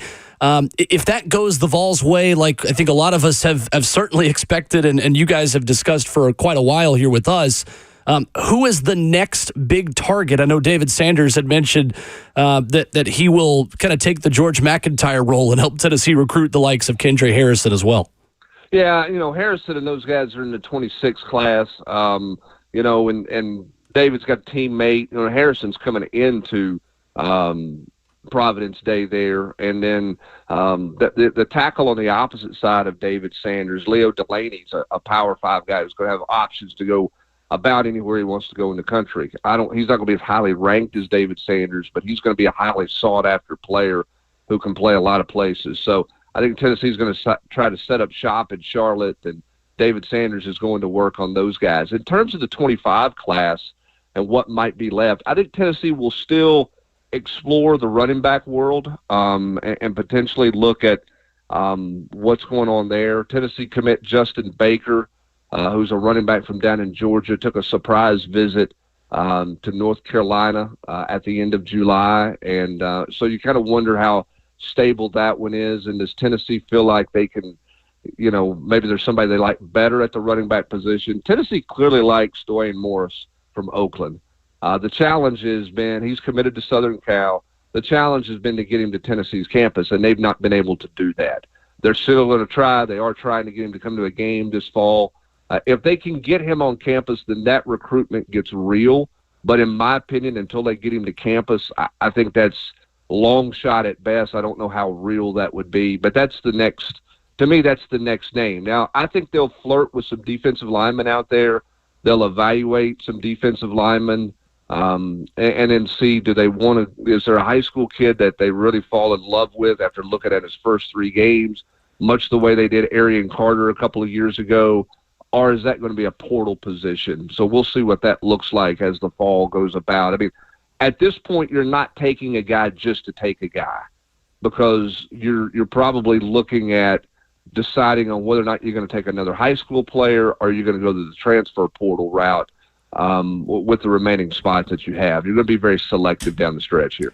All right, Brent, on the way out, I'm going to give you a name you probably not thought of in a long time. It can't be as bad as last week. No, it's not. I promise you. Hubs. So I brought up Derek Brodus the other day on the show. Ramon and Kayla were unfamiliar with the saga and the legend. Derek Brodus from the frat house, baby. That's right. That's exactly what I said. my. What do you remember the most about the frat house kicker who was brought in as an emergency kicker to kick for Tennessee? I can tell you what I remember the most about him was in warm-ups, you saw the injury happen, and that kid's name he was from Memphis, and I can't remember the walk-on who pulled his hamstring. I apologize to him, who was not going to kick in that game. And I got a note that Tennessee didn't have a kicker, that they were hurt. And I asked some people, where are they going to go with a kicker?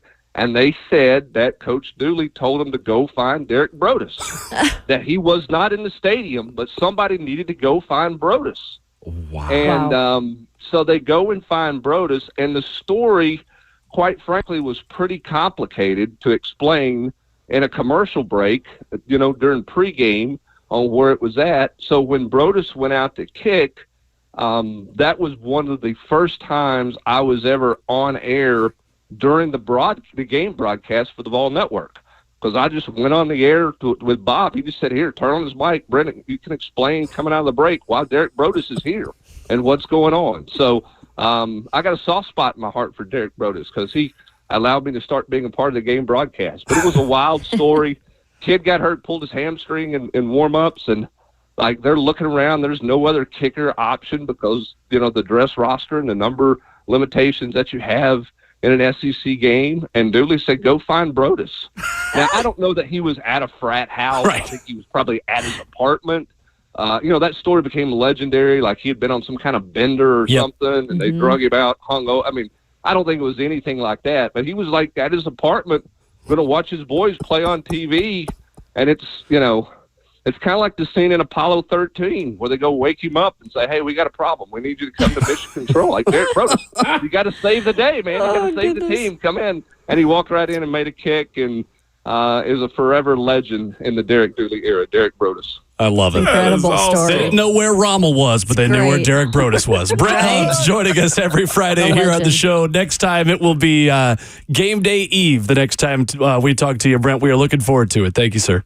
Thanks, guys. Have a great weekend. Yes, too, sir. Brent. There's Brent Hubs with us this morning. I told you that story is That as is good as wild, advertised. dude. It's God. awesome. It's a legend. That's cool that was when Brent got his first Vol Network opportunity too. I had Yeah. no idea that part of it was tied to it. What in It's the free. world? He was always so has cool. like, Oh, and yeah. I know you brought up the obviously the story, but then he goes into such details about it. He Oh, doesn't yeah. skip any details. I love it. Amazing. Amazing. All That right. was dope. Coming up next, what Kenneth Murray said yesterday about the green dot and taking ownership of this defense at Titans training camp. We'll give you that next.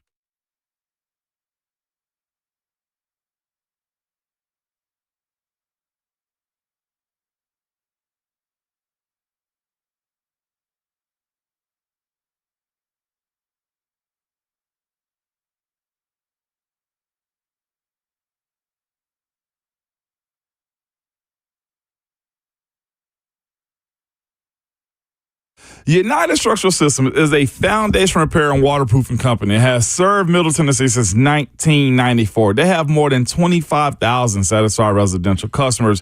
One of the ways to have those residential customers say good things about you is to give them good deals, all right? Right now, they have a back-to-school deal for you and your home, yes, like 10% off any job over $2,500. They have same as cash options available too, where there's no payment, no interest for a whole year. These deals end August 30th, so get in, give them a call, all right? Where if you need foundation repair done around your house, we've talked about that time and time again, that basement waterproofing or that icky mold treatment, or if you need some concrete leveling done around your house, your sidewalks, you just never know what's going on. You hate to be riding your bike and next thing you know, you fall or there's somebody fall on your property. Simply, listen, we guarantee our best. Call USS at 615-488-7855, or you can reach them online at ussTN.com.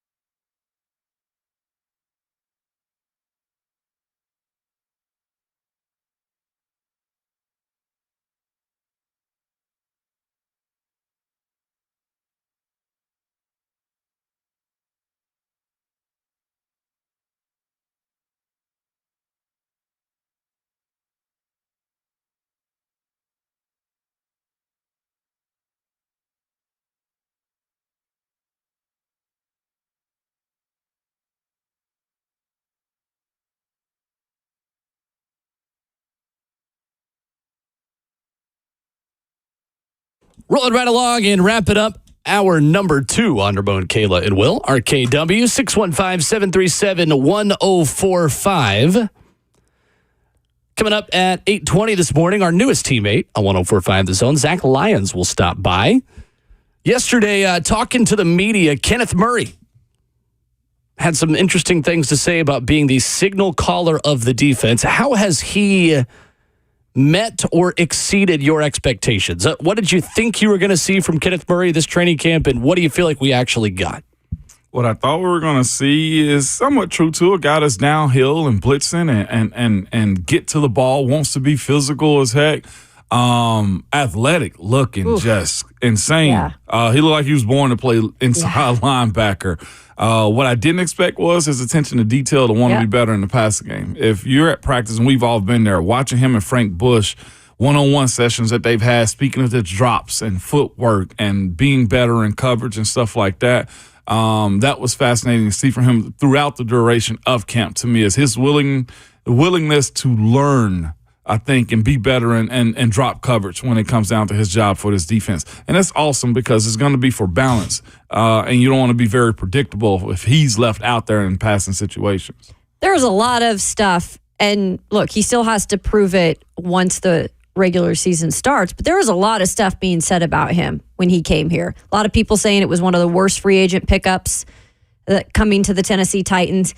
Clearly, they did their research for what they wanted, what would fit in this defense and Denard Wilson. It's not like you're going out there and just taking a chance on someone just to take a chance on him. They took a chance on Kenneth Murray because they thought he would fit perfectly into this defense.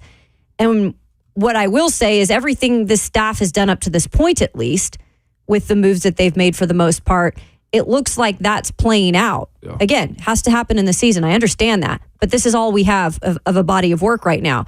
So I have been impressed with Kenneth Murray throughout training camp. The physicality you mentioned, no surprise there. None. He's just been able to diagnose really quickly. I think also now you add the point that he's talking about the leadership he has on this team. I don't know if anybody would have exactly went to that notion when he was added to this team, A, because he's new. B, we hadn't heard a ton of that in the past with the Los Angeles Chargers. He did speak in his introductory press conference back in April. There was talk of the green dot, and he said, I have worn it before. Yeah.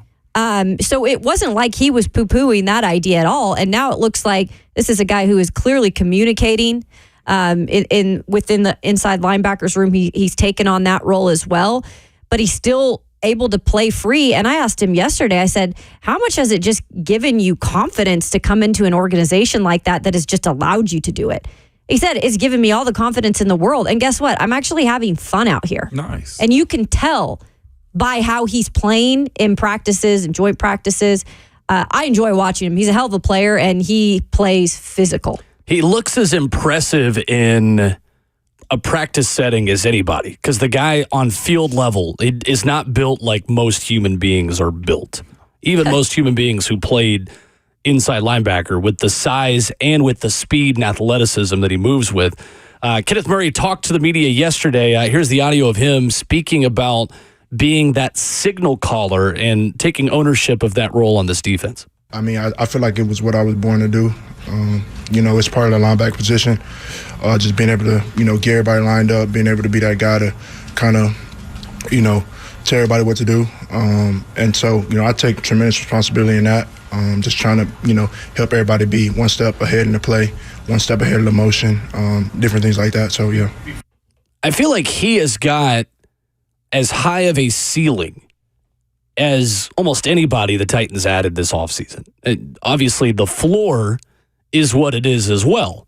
But if they hit on Kenneth Murray and Frank Bush, the linebackers coach, can turn this guy into a dude, then you have got a massive amount of potential there. It's really interesting. And again, I think inside linebacker, though, too, is just a tricky position to evaluate when you can't tackle people in practice. And I'll raise my hand and say, maybe that's just me again with the untrained eye watching this, but he is going to be someone I really want to watch closely these first few weeks, because I think that is just a position where you learn a lot in live settings that maybe tell you some truths you don't necessarily see in the same way in practice. Right. So we'll see. Yeah, but I've been impressed with him so far, and that's all we can ask because we haven't seen real life game action, a lot of it. So up until this point, I have good things to say about him. 615-737-1045. I'll get to Matthew on the phones. You can hop in as well before we get to Zach Lyons at 8:20. And also coming up next, another good day for the surprise of camp. Those weren't our words. That was Brian Callahan's words on our show yesterday. We'll tell you what he had to say about a Titans Day 3 pick, who is his biggest surprise of camp, next.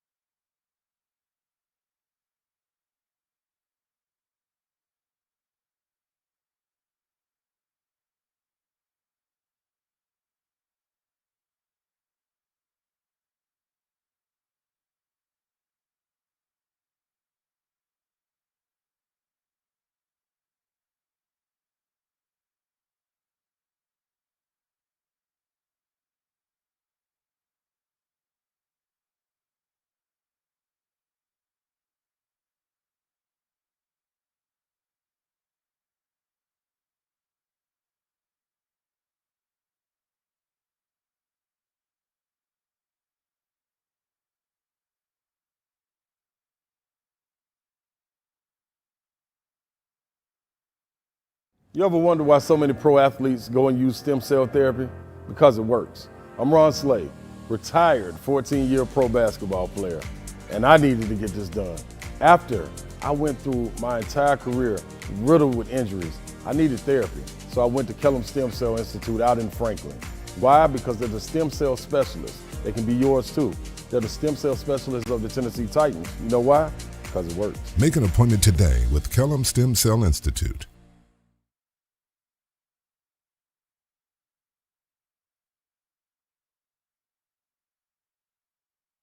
I love living in Middle Tennessee. We've got great restaurants, entertainment, sports, and one of the nation's top Ford dealers right here in our backyard. Two Rivers Ford. Remember that name. Two Rivers has been a staple in our community since 1983. They're locally owned. They have a non-commissioned sales team, and they sell below MSRP. They've been doing business with integrity for decades. Two Rivers Ford, the South's most trusted Ford dealer.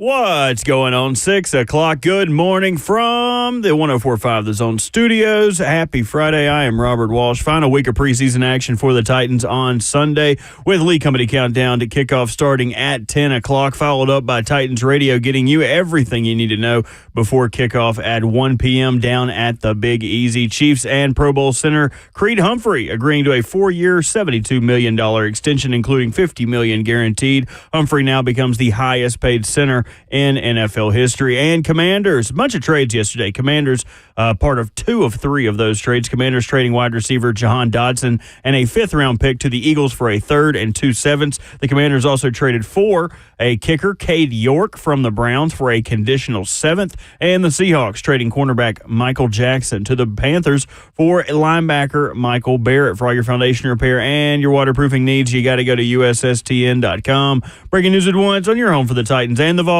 This is 104.5 The Zone.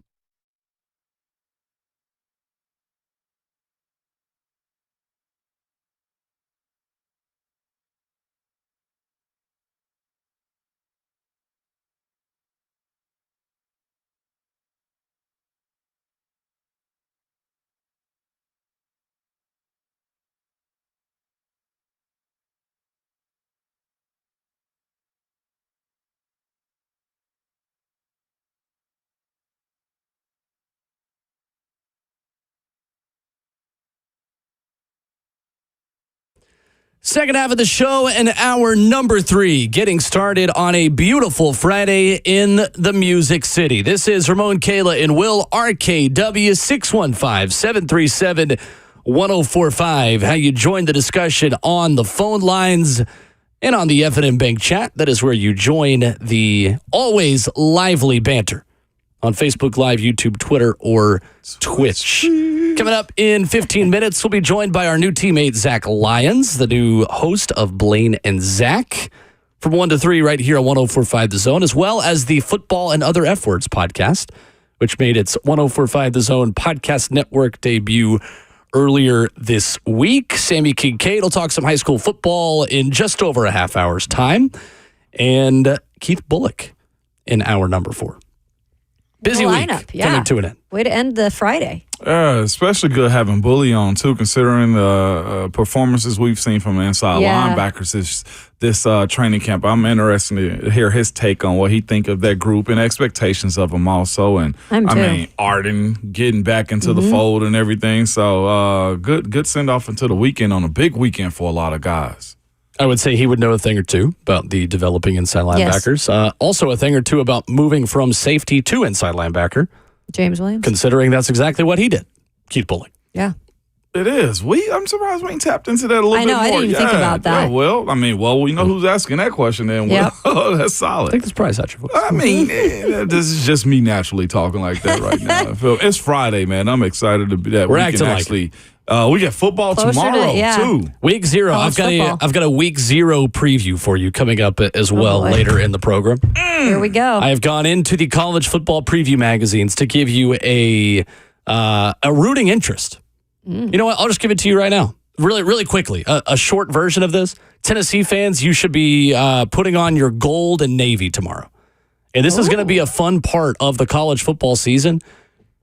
If you are a team that is going to be fighting at the end of the season for a playoff spot, you will have a rooting interest in a lot more college football games this year.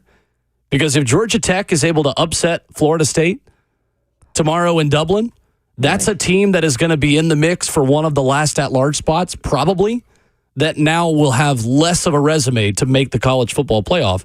That will help you at the end of the season. Tennessee fans should be rambling wrecks tomorrow, just like they are every time they play Georgia. So interesting. Anyway, and I think Georgia Tech's going to cover that game. I do, man. The plus 10. They won 2 games as 12 and 19-point underdogs. They won at Miami because Mario Cristobal doesn't have QB Neal in his playbook as 19-point underdogs, and they beat North Carolina as a 12-point underdog. I'm just saying. There's a lot of talent that Mike Norvell's got to replace at Florida State, and I think they will be good, but I don't know if they will be that good week 1. Or week 0, because this is week 0. Love the tease, I don't know. Will. Love the tease. I think Georgia Tech may cover that one. 615-737-1045. Let's go to Matthew in Franklin next up on the phones. What's up, Matthew? Good morning, ladies and gentlemen. I hope everybody's having a great day. We are. too. Good morning, man. So this is closed circuit from Mr. Ramon Foster. On the way home, taking my grandkids home from school, a pickup truck pulled up beside us that was painted like the Steelers were down the side of it. It had the logo on the hood. It was the Iron Edition. And my youngest grandson, we listen to y'all every morning, looked over and he goes, I bet Ramon's driving that truck. That's awesome. Oh, man. So, it had really dark tinted windows. He goes, catch up with it. I said, honey, we can't see it. He goes, I would like to see Ramon driving that truck because he played for 11 years and he just went on and on. And I never really thought they paid that much attention. But damn, y'all are good. Y'all tell them everything. Hey, man, That's is awesome right there. That made my morning right there, Matt. And if you want to see a picture, go to your brother's Facebook. Yeah. I posted it on there and I put Ramon's new whip. So it's a pleasure talking with y'all. Love everything y'all do in the morning, and thanks for being so daggum entertaining and damn wonderful. Thank you. I love it. Thank you, Matthew. Hit the horns, Matthew man. skips to the front of the line every time he calls in. Moving forward. That's excellent. A pro right you there. raising Pro them caller. right, Matthew. You raising them right. That's all I got to tell you. You raising your them As vehicles long as he's are being not spotted. being raised as a Steelers fan, then he would not be raised. Well, I mean, it depends on it. We got a lot of two-team people down here, okay? What I'm telling you is this, man. That is awesome. That's pretty good. Did you ever have a vehicle that had any resemblance of Steelers? My Ford does. It's down there right now? Absolutely, yeah. It's got the floater caps with the Steelers emblem on them and a 73. I actually had somebody catch up to me one time Did you? because their floater caps, oh my God, it made those. They You got have so my many cars that number can't on keep it. track. I mean, I got a couple. It's okay. I got a couple. But that is actually pretty That's awesome pretty- right there. Jeremy in Trying to Nashville find it next now. up, 615-737-1045. What's up, Jeremy? Hey, good morning, guys. Yeah, you are right. There are a lot of two-team fans here. There's my uncle's actually a Steelers fan. He, watching that steel curtain team, and you go back and watch those videos and highlights of those things. It's hard not to see why people liked them. Bradshaw was tough out there. But as far as, before the season started, a lot of uncertainty around the role players of this team. And I was just going to ask you guys where you thought they stacked up now versus off of what you guys may have heard from, around the league from other teams about their role players. So I'm pretty sure that that's probably a common thing with all the teams as to where, those guys are going to be and like how capable they are to contribute to the teams. And like I was saying, I just wanted to see what you guys thought about where they were when they started and the uncertainty that there was to what they look like now and how much the confidence has changed, like if you would rate them. That's all I had to ask you guys. I'll talk to y'all later. Sure. Thank you, Jeremy.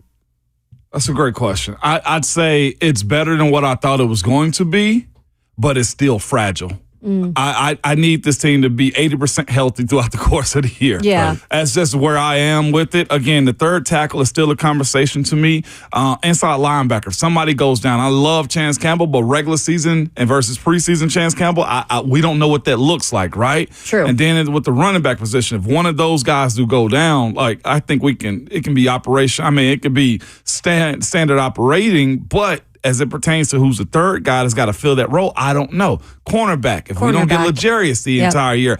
I love Jarvis Brownlee. But if you're asking me my comfort level, I'm probably at 5.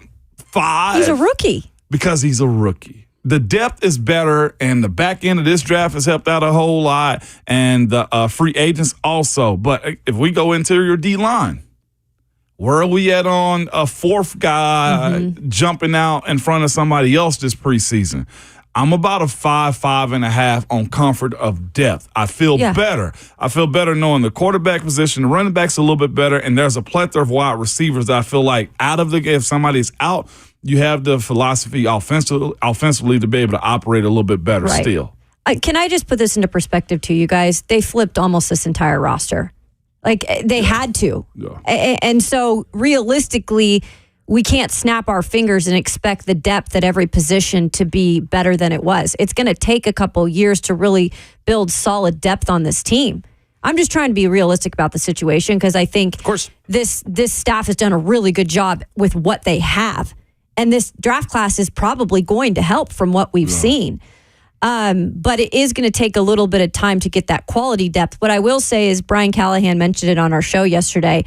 They're not stopping themselves from going to the waiver wire. Once they have cuts, like they will possibly be in the mix for trying to go get depth at some of these positions. Ramon specifically just pointed out to at least help with that this year. That is a great segue into what Brian Callahan told us yesterday about Jalen Harrell, because he is somebody who I think has made the role player options for the Titans at edge rusher better than I expected. And when Ramon asked Coach yesterday about his biggest surprise of camp, Brian Callahan had this to say. I think from some of the impact that we've had from some of our draft picks, especially our later round picks with Jalen Harrell, Jarvis Brownlee, Quan. I mean, some of these guys that you were hopeful would be able to have an impact and create a role, but they've been far more impactful than I would have initially thought. And they've all really stepped up to the plate as we, the minute they walk in the building, what we tell guys is it doesn't matter where you got drafted. You've been drafted. It doesn't matter where you come from, whether you're a CFA or you're a draft pick.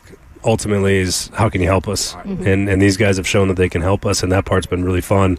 I wouldn't say a surprise, but it's been cool to watch those guys rise to the occasion and make plays and try to carve a role for themselves. I do think their depth, to answer Jeremy's question, is better at this point than I thought it would be. Mm-hmm. Because sometimes you are forced into playing rookies before they are ready to see the field, a la Malik Willis 2 years ago. And then there are times where rookies are better than you expect, and they earn the right to see the field before you originally planned on them playing meaningful snaps. And I think there are a couple of players who fit into that criteria this year. Jaquan Jackson, Jarvis Brownlee, although I do think they just planned on him kind of immediately being a fourth corner or an extra nickel guy within this defense. And Jalen Harrell is legitimately, again, not only is he getting sacks now in practice, he's beating J.C. Latham. Yeah. He's now sacking Will Levis versus sacking Malik Willis and Mason Rudolph. To me, guys, I think I've said it every day this week, but I'll say it again today. It's really moving the needle for me how he continues to move up the depth chart and continues to make plays against starters now at the outside linebacker position. And to be fair to also to him, Jalen Harrell, and also Jarvis Brownlee also, I had to have a coach believe in me. I had to have my teammates believe in me too. So the idea that I'm nervous about them going out there, this is just all a part of the process of being a young guy that's playing a grown man's game. So absolutely, throw them out there is where I'm at also. Yeah. Coming up next, our newest teammate on 104.5 The Zone, Zach Lyons, will stop by. We will introduce you to him here in the mornings and talk some Titans with him as well. Coming up next.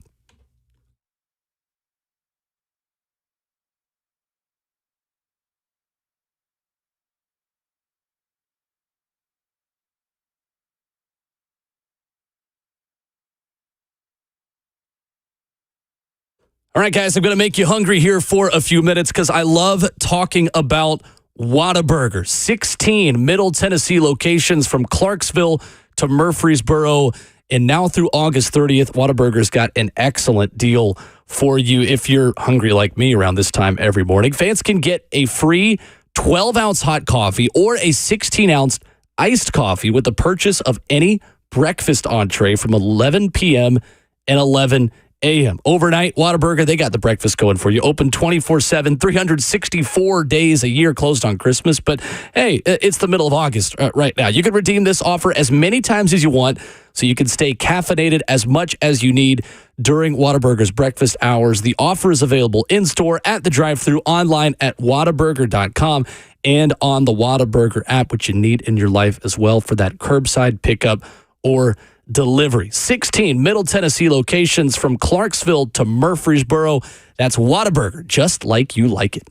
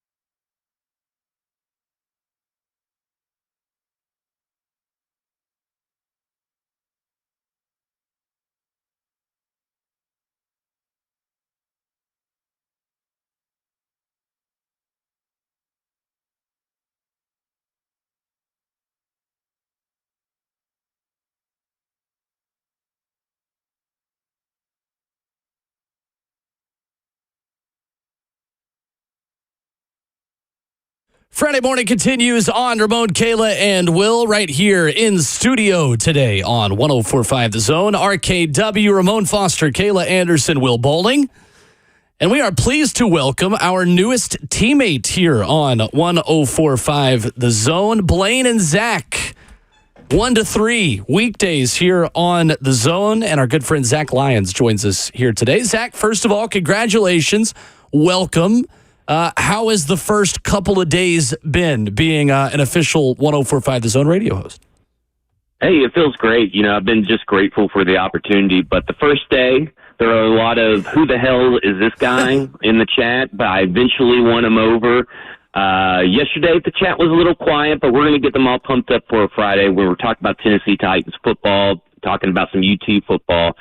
I think the people are going to have to warm up to me because I'm an Alabama fan and this is a very orange station, but I can handle it. I can win people over. I love it. Well, Zach, just fair warning that I've been here 2 years. I still get the who the heck is this guy comments in the F and Beg chat. So still working on winning those people over. You've clearly done that a lot quicker than I have.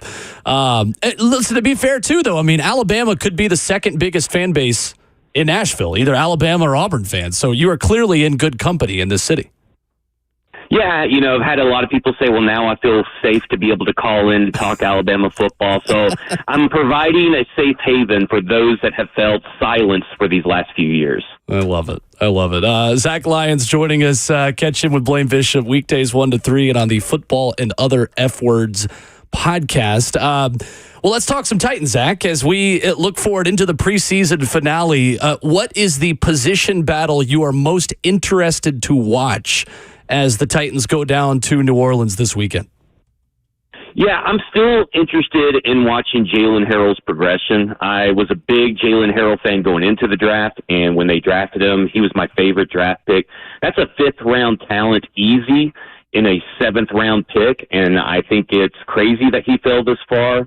I mean, when you talk about 31 of the top edge defenders, he was fourth in the highest pass rush win rate, and that's 0.2% better than what Dallas Turner was. He was top 10 in pass rush, productivity.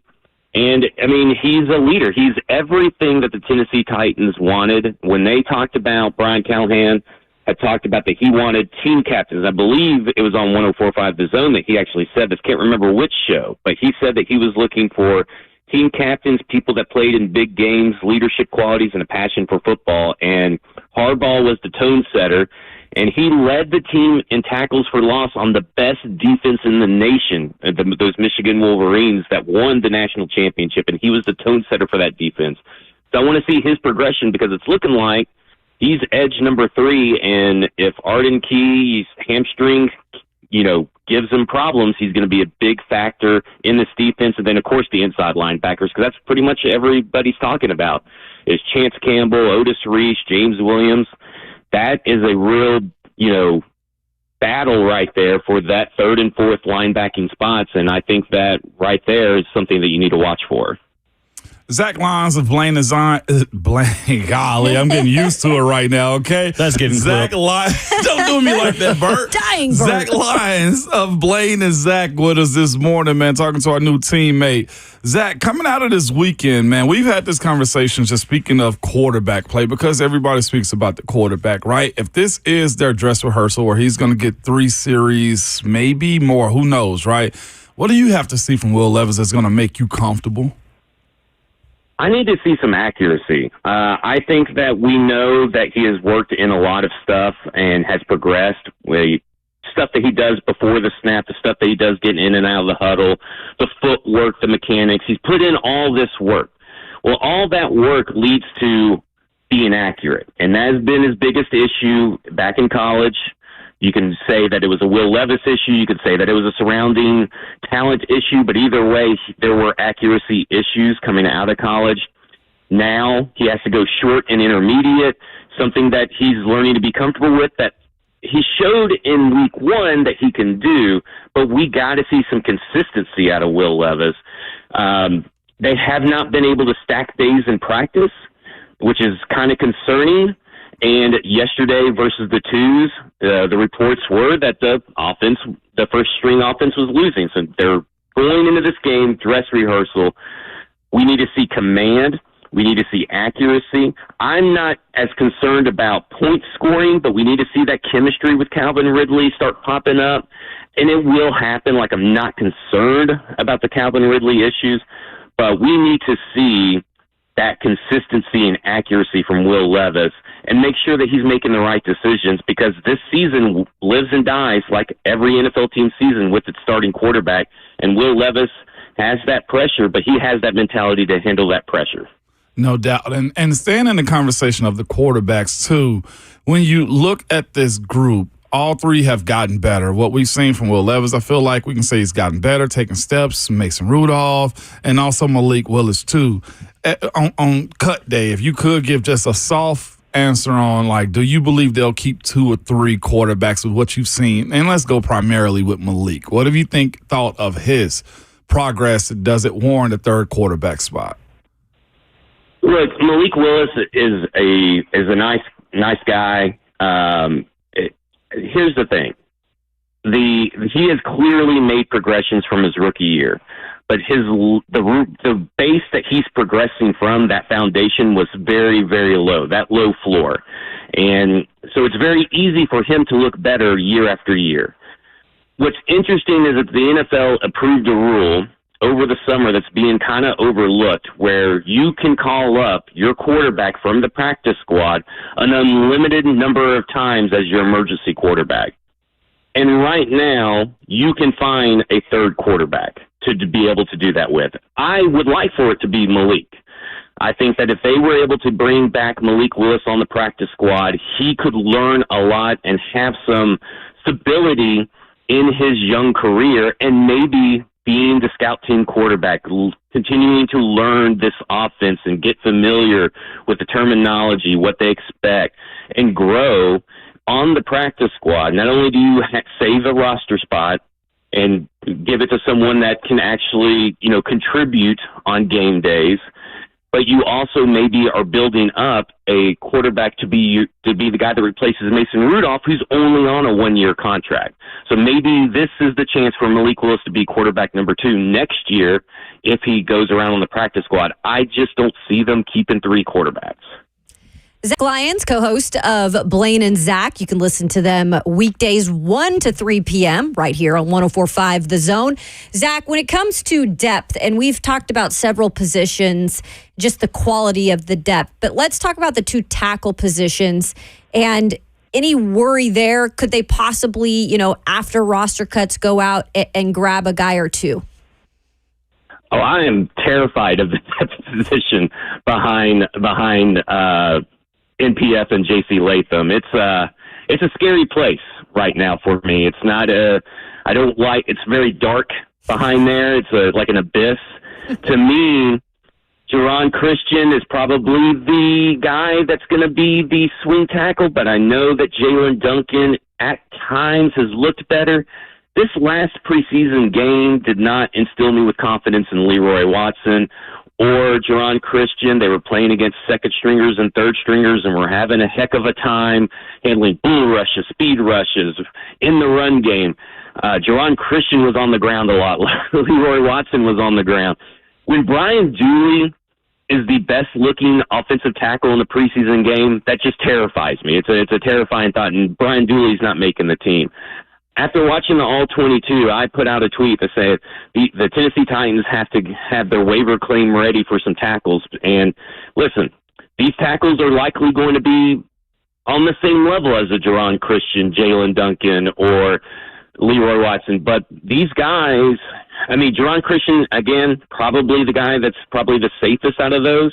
But I still think that they have to find tackle depth. They have the guard depth. The interior line is fine. I'm not concerned about it. Someone had brought up on our show on Football and Other Efforts on Wednesday was like, okay, what if they just put Dylan Radins out at tackle if one of the tackles go bad? Well, then you got to put someone in at guard. And sure, maybe that's Andrew Rupsich or Dylan Brunskill and you're fine. But does this staff want to put in 2 new parts, especially since Dylan Radins hasn't had a lot of work as tackle in this system since mandatory OTA. So it's kind of like, to me, do you really put a guy that's been practicing guard all year long back at tackle? I mean, it's kind of a mess, but it's kind of the situation they're in. And it's a wildly different situation than what I thought earlier. I thought earlier in the season, I was like, man, on paper, this is really good depth. Right now, I don't feel as great about that tackle depth. When it comes to the end of this roster and some of the guys that are battling for those positions, I think we immediately, when we look at that tight ends room, there's a lot of talent in there, including David Martin Robinson, who I think has had a really good camp. I think if you put him on the practice squad, he gone. But then you look at the running backs room too, Julius Chestnut, more of that running back style that they probably are looking for. But then you've got Hassan Haskins, who they've praised on special teams. Where do you go at the bottom of the roster with these positions? Yeah, I think Hassan Haskins is making this team, but I also think Julius Chestnut is too. This staff seems to love Julius Chestnut's running ability. Obviously, Hassan Haskins has fantastic special teams ability. He led the team in special teams tackle his rookie year. He has kickoff return ability. He has returned kicks. So has Julius Chestnut. So let's say that Hassan Haskins is active, but Julius Chestnut is inactive, right, on any given day, and Tyjae Spears, knock on wood, who's looking to trend to be the main kick returner, goes down with injury. Well, you could put in Hassan Haskins in the kick return. So he provides you not only coverage ability, between the tackles ability and running ability, but also return ability, which is really important for a back-end roster guy. I look at David Martin Robinson. As weird as this sounds, this team is obviously going to run more 11 personnel than it has in the past. But I do think they keep 4 tight ends and 4 running backs, because I think that at the end of the day, he told us specifically on your show in the press conference afterwards yesterday, he said he's not looking at the position, he's looking at the best players. And right now, I would say that David Martin Robinson has proved to be one of the top 53 players on this roster. He may be 53 or 52. Right. But if they're going to follow through with what they say, I think David Martin Robinson makes the roster. I think there's a spot to carry both Hassan Haskins, Julius Chestnut, and David Martin Robinson. Zach Lyons is our guest, 1 to 3 with Blaine Bishop every weekday here on 104.5 The Zone. Zach, at the inside linebacker position, do you feel any better about the Titans at that spot with the emergence of Chance Campbell and with the camp we've seen from Kenneth Murray? Yeah, weirdly enough, yes. I think that the majority of local media, specifically, especially me, but I don't think anybody expected this version of Kenneth Murray to come out. So I think there was a big apology tour coming from everybody in Nashville. And look, it's deserved. And we haven't seen it in a regular season game, but everything we have heard about Kenneth Murray is that he's a leader, he's green dot, he's vocal, he's awesome, he's in the right spots, he knows what to do, he fits perfectly in this defense. And Kayla, I believe, was the one who said this morning, but that's the guys they have signed, right? Mm-hmm. They have signed guys specifically they think will fit this defense, and Kenneth Murray is that. So I feel great about Kenneth Murray, a lot better than I did in the offseason. I feel great about the depth. I'm still hesitant on Jack Gibbons, but, sometimes after talking to Blaine, sometimes about being in the right spot at the right time more than it is about splash plays, and we get caught up in these Chance Campbell splash plays and all that kind of stuff. So I will say this. I do think that someone on this back end of this roster, whether it's Chance Campbell, Otis Reese, James Williams, or eventually Cedric Gray, one of those guys will overtake that starting spot next to Kenneth Murray by season's end. Because it's just sometimes it's hard to keep guys that are playing well, that are contributing in games in the rotation from that starting spot. We saw it with David Long. We saw it with Jayon Brown. Sometimes it's just hard to keep those guys in the back. Well, this is the insight you get 1 to 3 on The Zone. Zach Lyons, our guest at the Zach Lyons, where you find him on Twitter. Zach, excited to have you on board, man. Excellent stuff, and looking forward to listening every midday with you and Blaine. We appreciate the time. Hey, appreciate you guys. Thank you. Yes, sir. Zach Lyons. Is that? There we go. 1 to Good 3. insight. I was going to tell him he got off easy. On the basis that, look, everybody knows that Tennessee hates Alabama. Here we go. I had no idea that the Titans hated the Steelers so much. I came into this thing blind, okay? I got on the air the first day. I was like, whoa, where is this hate coming from? Had no idea. At least Zach crawled into the barbed wires knowing what he was getting himself into. I didn't know Zach was an Alabama fan, to be honest with Memphis. that. Went to Yeah, Memphis. I didn't know that. I graduated from Memphis State also. I'd probably root for Bama myself. Here we go. I mean, hey. I should have kept him on. Y'all could have had this conversation. I should have, but I was just like, I will end it because that could have went for ages right there, okay? I just Right. needed him. Like, my next question to him, how were the barbecue nachos inside the stadium? That sounds so good. That's also, by far, Memphis has the best barbecue nachos. They do? Hands down. If there's anything coming good off of Memphis State campus, it's the barbecue nachos. You're getting no argument Sounds from me. That's what I'm saying. The But Central barbecue nachos. Oh, my God. You can get those in Asheville now. Yeah, I know. Anyone serving them I right rode now? past them the other day and didn't even realize they were in the city like that. They got like 3 locations. Nice. Pretty sure. I also want to let Ramon know you really almost stepped in it, that segment. Zach Lyons of Blaine Design. I was worried that you were going to say of Zane and Black. 1 to 3, Zane and Black. Make sure you tune into it. I don't know what was coming out of my I mouth. thought you were going to say Blaine and Zion. No, Zach Lyons of Blaine Design. I kept his little burp in there. Marching on to Zion. I was. Why does he still have a job? Okay, you talking about me? Because he's got Burt's dirt. Now he's never going to. My favorite part of training camp is we have been able to showcase Robert Walsh in a new way in person at these live shows. I'm glad that we've been able to do that. Burt stock has never been higher. You are not shutting this guy up. That is a fact. But as much fun as those shows are, I do love being back in the studio so I can have things like this readily available. I love Jarvis Brownlee. I can do so many things with. I love. You have messed up so bad, dude. I want you to know that. You have messed up so bad because I love every time you say something stupid in that microphone. Just get him saying the word Kentucky. Because you already have him going, I'm rolling with Kentucky. I know y'all were looking at it. It was like, what is Moan talking to Bert about right now? All he was doing was just threatening me. Just threatening me. Blackmail. Blackmail, Kayla. They're also on 1 to 3 today, apparently. I love. Get out of here, man. God, you got so much power. The Cleveland Browns. No, Kayla. No. It's limitless right now. Golly. Excellent. I hate you, Bert. Goodness. Well, football is back tonight, and it was back last night as well. Sammy Kincaid's been working. 3 games this weekend of high school football on My TV 30. We'll get a little high school football preview with her coming up next.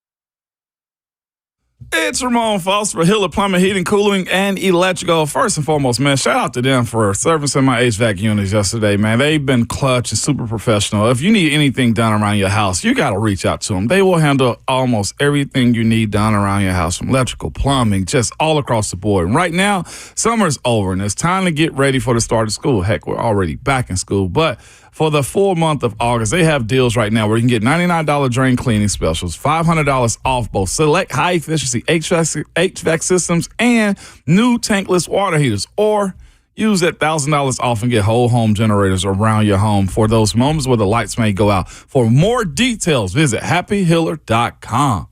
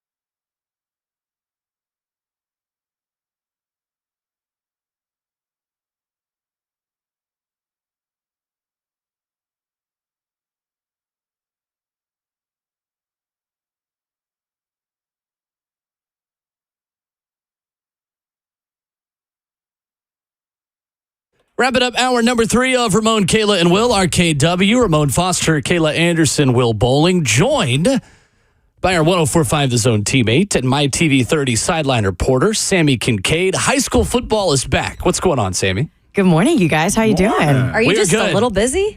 Just a little busy this week. So you went to 4 football practices in one day this week. Yeah, no, that was, and with a toddler. Yeah. That was quite the challenge. Gosh. Quite the challenge, but she did great. I was really proud of her. First time I've ever been to a football practice with a 2-year-old, but it was a lot of fun, and all the coaches were good sports about it. But we went to Siegel first, and then we went to Brentwood Academy, then Page, and then finished it up at CPA. And so let's clear that up. This is your 2-year-old. You didn't just pick up a random 2-year-old off the street. My 2-year-old. Okay, all right. I was just like, come on. I think anybody was questioning that. I just need to I'm lean just in picking a up little bit. 2-year-olds. I'm like, wait a minute. Fair enough. Last night, Shelbyville gets the win over Siegel. Highlights from that one. What stood out to you? Yeah, Robert Bailey, running back for Shelbyville. He was absolutely incredible. Had around 315 yards, 3 touchdowns. Wow. And he was the backup for their running back because Rocky Chandler went out in the Rockville scrimmage with a torn ACL. Jeez. He's committed, though, to MTSU. MTSU's staying committed to him, which I think is incredible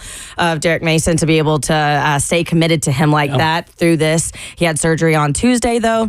Went great is what the coaching staff told me, and he started rehab today on his knee. So good news from that, but incredible. Bailey stepped up in the way that he did last night. He may have had over 400 because one got called back for blocking a back. Yeah, no, it did get called back because I want to say that was like a 40-yard run or something like that. He had an insane night. Really, really surprised even the coaching staff. They had a lot of younger guys that were coming in, and especially the O-line. They were talking about the youth of the O-line and the inexperience. They had a lot of talent on the O-line, but they were saying, how are they going to respond in a game? Mm-hmm. And all the young players, they really stepped up and made some big plays last night.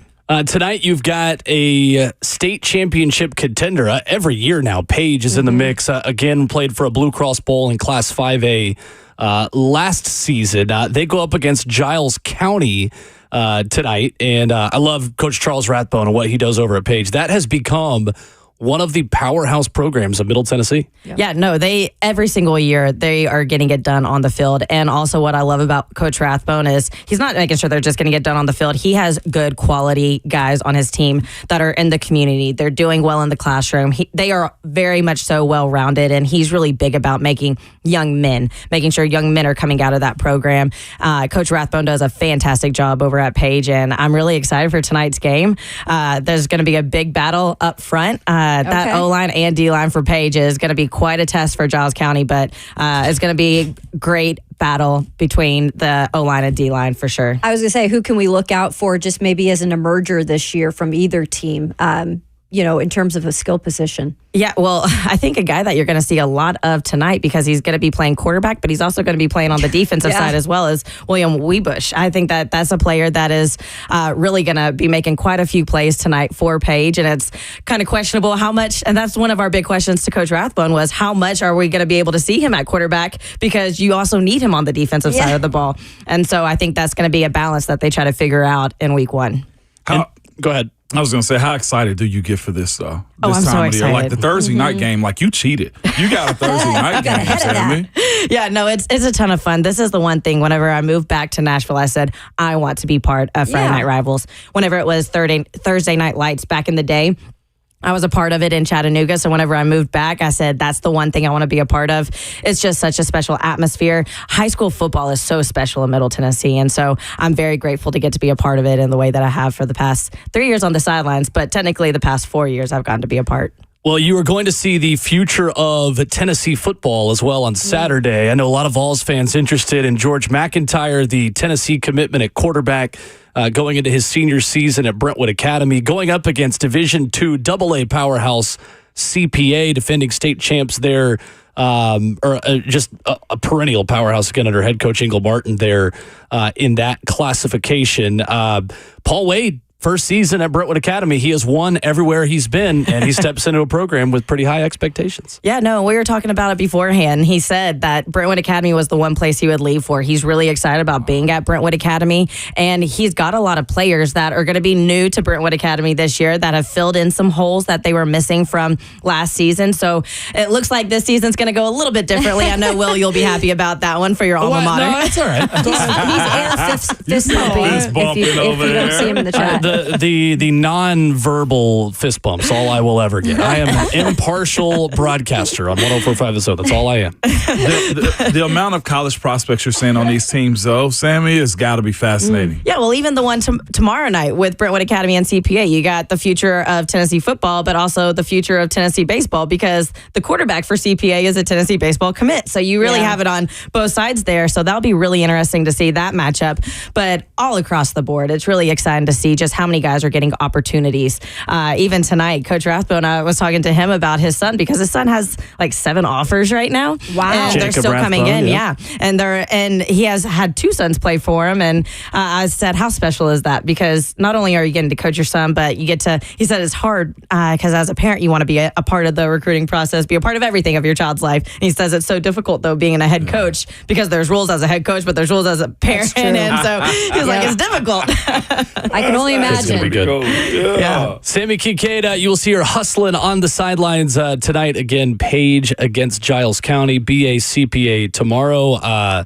3 games in 3 days is quite the project. So kudos to you keeping it all together. We appreciate the time. Thank you so much, you guys. I thought you was going to say quite the kickoff. Yeah, I was just waiting on you to say that. Never mind. What else you want me to say? Never mind. Just give me a script. You taking over as host? No, Bert might. Yes, I do. Bert might take something. Coming up next, hour number 4, I'll give you a little week 0 college football preview and go over to Dublin. Yeah, I can't do an Irish accent. We're going to talk about it next.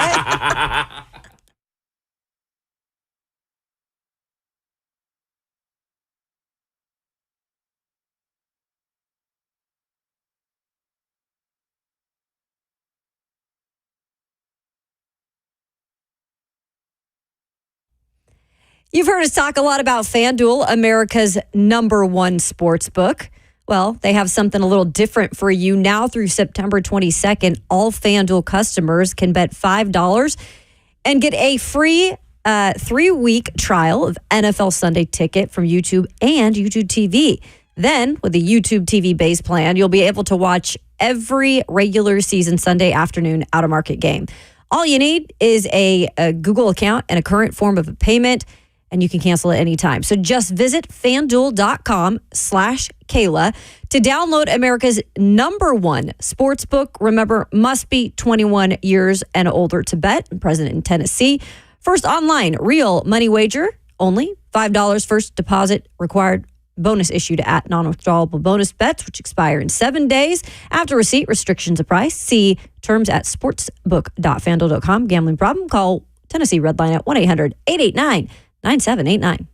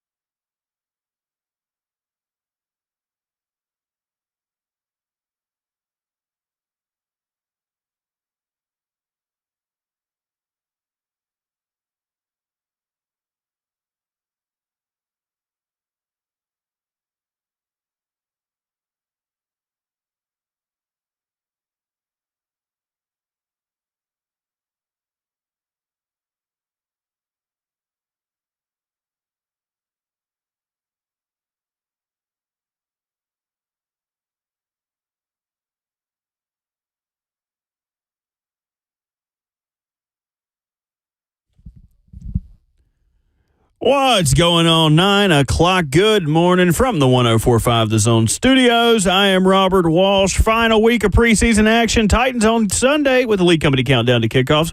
Kicking off at 10 o'clock, followed up by Titans Radio, getting you everything you need to know before kickoff at 1 p.m. down in the Big Easy as the Titans take on the Saints. Huge extension yesterday between the Chiefs and Pro Bowl center Creed Humphrey, agreeing to a 4-year, $72 million extension, $50 million guaranteed. Humphrey is now the highest paid center in NFL history. With a name like Humphrey, you would expect for him to play somewhere on the interior line. 3 trades yesterday, one of them that matters. Commanders trade wide receiver Jahan Dotson and a 5th-round pick to the Eagles for a 3rd and 2 7ths. The other one's kind of ancillary trades. Browns trade their kicker Cade York to the Commanders for a conditional 7th, and the Seahawks send cornerback Michael Jackson to the Panthers for linebacker Michael Barrett. For all your foundation repair and your waterproofing needs, you got to go to USSTN.com. Breaking news at once on your home for the Titans and the Vols. This is 104.5.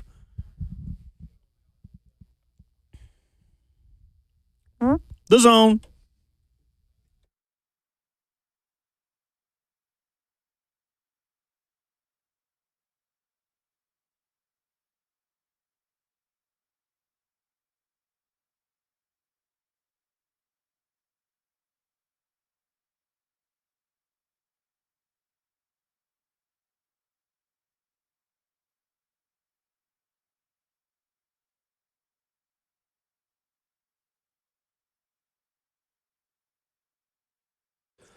Into hour number 4 on a Friday morning, Ramon, Kayla, and Will continues. RKW 104.5 The Zone.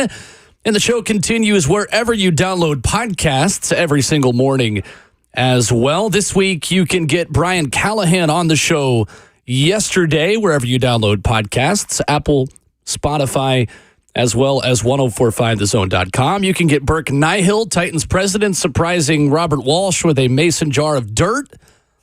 You can get everything that we discuss here on the program each and every morning. 615-737-1045 is our number. Shall we preview a college football game that's happening tomorrow? Ooh. Yes, Brent. It is that time. Let's do it. I mentioned it earlier in the show. Tennessee fans, you are Georgia Tech fans.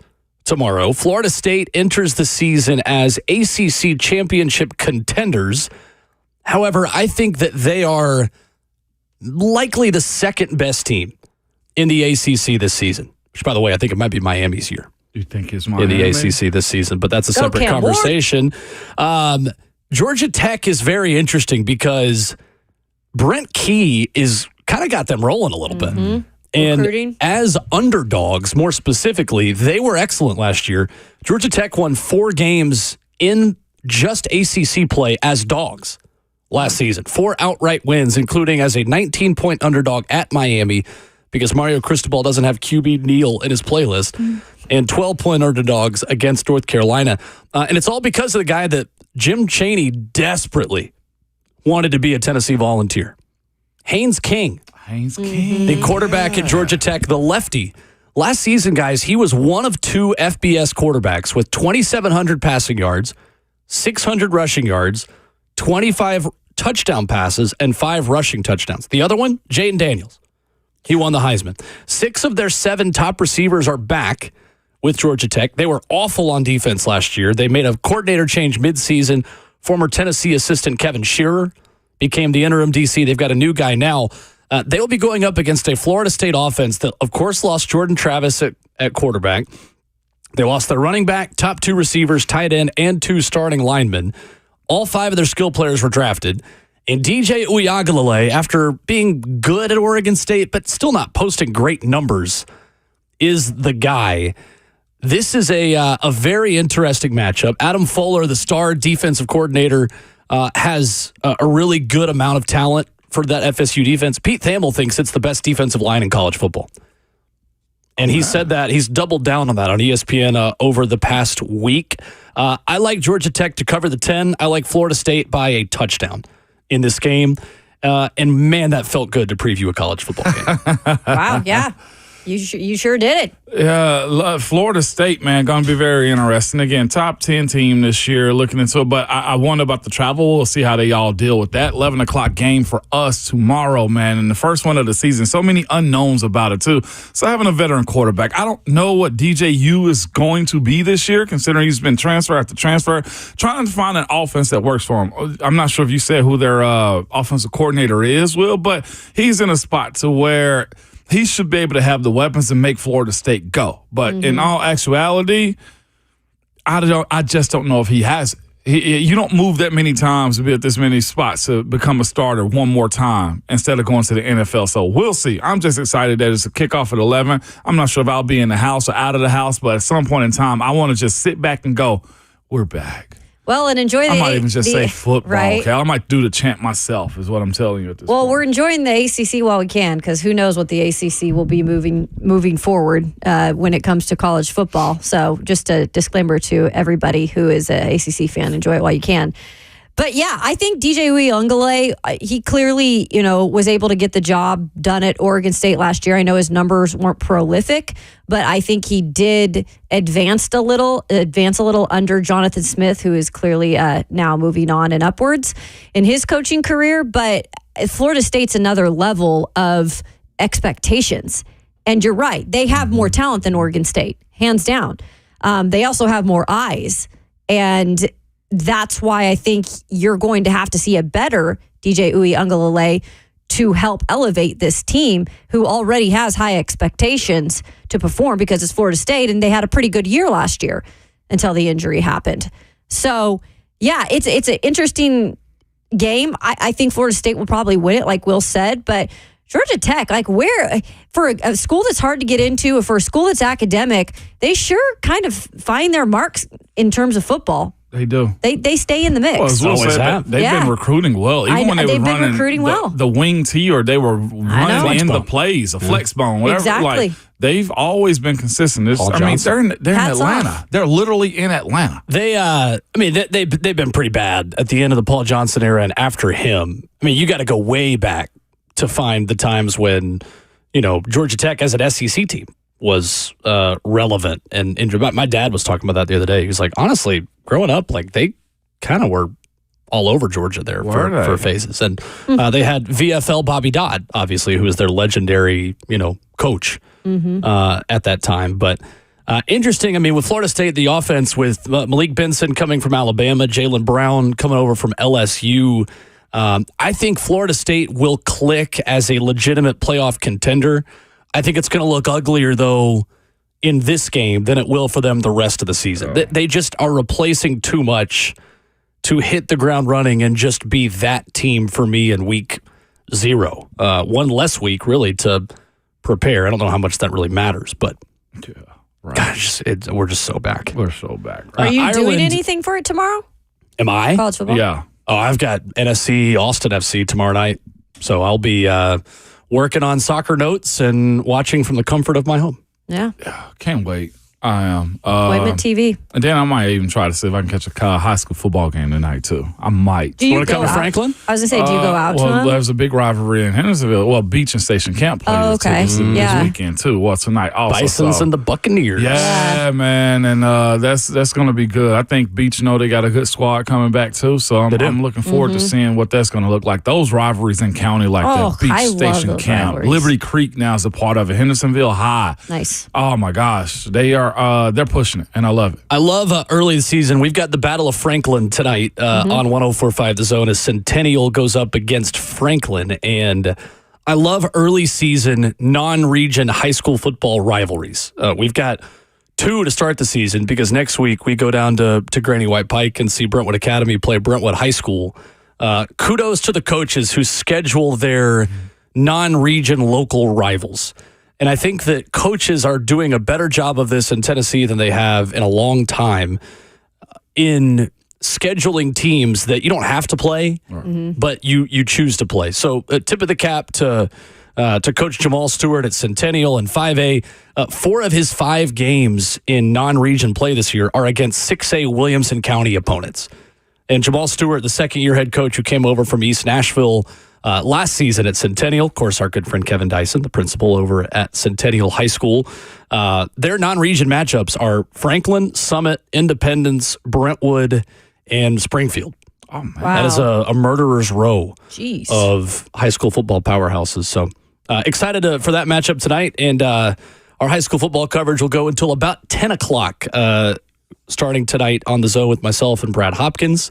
We will wrap things up from the stadium, and we'll be watching football together. Well, you be Yeah. prepared. We got a That's loaded the real weekend. question. Will I be Is it- prepared? Yeah, like is the weather supposed to drop again tonight? Because the worst thing to be up on that tower, dude, and it's colder than you think it's going to be. I could tell you about all the thrive in players, that, but though. It'll What do still you be mean? decent. You thrive in like cold weather, is what I've realized. I do? Yes, I thought That's you did. news When I to was me. up He just there. thrives in this freezing AC studio. It's not cold in here. It is too, and Don will side with great. me on that. I'm with Kayla now. It'd be Feels cold. excellent. It's a brick in here some days. Today it feels pleasant. Yeah, today it's actually not bad. Today is actually not bad. But big weekend, Will. Congratulations, my brother. Yeah, and we got Titans on Sunday. We do. I mean, we got a loaded weekend, and there's going to be starters playing. The BJ Callahan yeah. era begins as well Saturday night, and we'll have that for you on the Zone at 7 p.m. tomorrow. Dang, Oh, Nashville SC, Austin FC, with myself and Lucas. So, nice, lots going on. It's going to be a fun fall. We made it. busy. we made it. Let me be the first to congratulate you on making it to football season. I don't know if it was the Olympics that helped speed it along. Maybe it was, but this July was a Off-season blur news. to me. We never ended with Titans news. It just kept flowing since Mike Vrabel's firing. Yeah, having a I'm new serious, coach helps. man. It's been wild. I know. He's His misery the gift is our that keeps on his giving. misery is our entertainment right now. Oh, things I love about sports, man. Right? It's football season. No more Mr. Nice Guy out here. Well, he's fine. He can go hang out with Jameis. Sure, he's having fun up He's there. running sprints at Browns practice with Jameis Winston, everyone's best friend. I used to wonder why you love Jameis so much. I ain't gonna You lie get it to now? you. I get it. Yeah, I know. Yeah, he is a king. I Which, know. by the way, too, Yeah. Not King Crab. a No, great, no. King. great interview with Caleb Williams on Pardon My Take this week, and I think he's handled Hard Knocks pretty well, to be honest with you. But that guy is not what I expected. Hearing like a long form interview with him, Yeah. He ate the same egg and ham omelet since he was 10. I've heard that. The day he started to. So it's actually funny. He said on the interview, they lost a game to, I'm going to pull a name out of the hat, Harrison Bailey, when he was 10 years old and he was playing defense. Tennessee legend Harrison Bailey, who I think was at UNLV most recently at quarterback. God, how many times has he And transferred? so Caleb, after that, decided to switch to quarterback. And his parents set a plan for him of like, all right, like you've got to love football and you've got to eat well and you've got to like treat yourself well and have high hopes. And he ate the same meal every day since he was 10. And now is in a position to be the starting quarterback of the Bears and play against the Tennessee Titans in just a couple of weeks. I heard that same story on the pivot with Ryan Clark when he did it.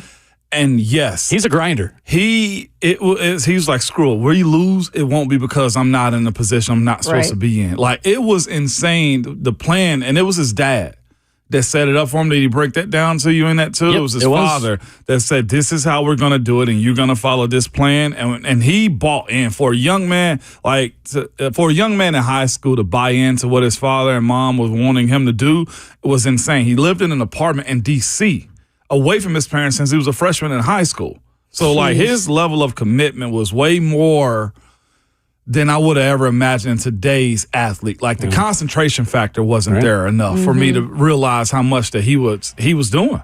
Yeah, that's why I love, and no, different story, different position, all different. That's why I love Jaquan Jackson. Yeah. I mean, dude, he just talks different. He thinks different. I just hope he can be more than even special teams here because I think he can make a big difference. Coming up, former Titans linebacker Keith Bullock will join us. Break down the Titans coming up next.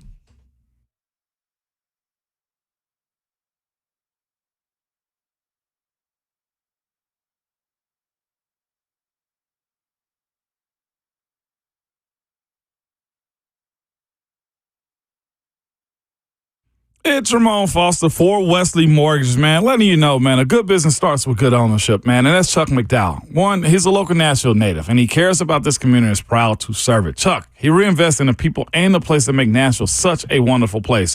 While other mortgage companies are downsizing, Chuck McDowell and the Wesley Mortgage team are rapidly expanding in Nashville, keeping people working in their career that they love, and they love to have you join their team. Chuck and the leadership team at Wesley Mortgage have a support system in place to help you succeed in the mortgage business, ensuring your loans close on time, making sure you get paid, giving you back the time to build your business and bring back the funds to the mortgage profession. They have unique networking opportunities with the Tennessee Titans and the Music City Grand Prix that make closing deals and building relationships fun again. So if you're in the mortgage industry and you're tired of the grind, just tired of the pressure, and tired of micromanaging everything to make sure your clients get handled correctly, then you owe it to yourself to go to whywesley.com.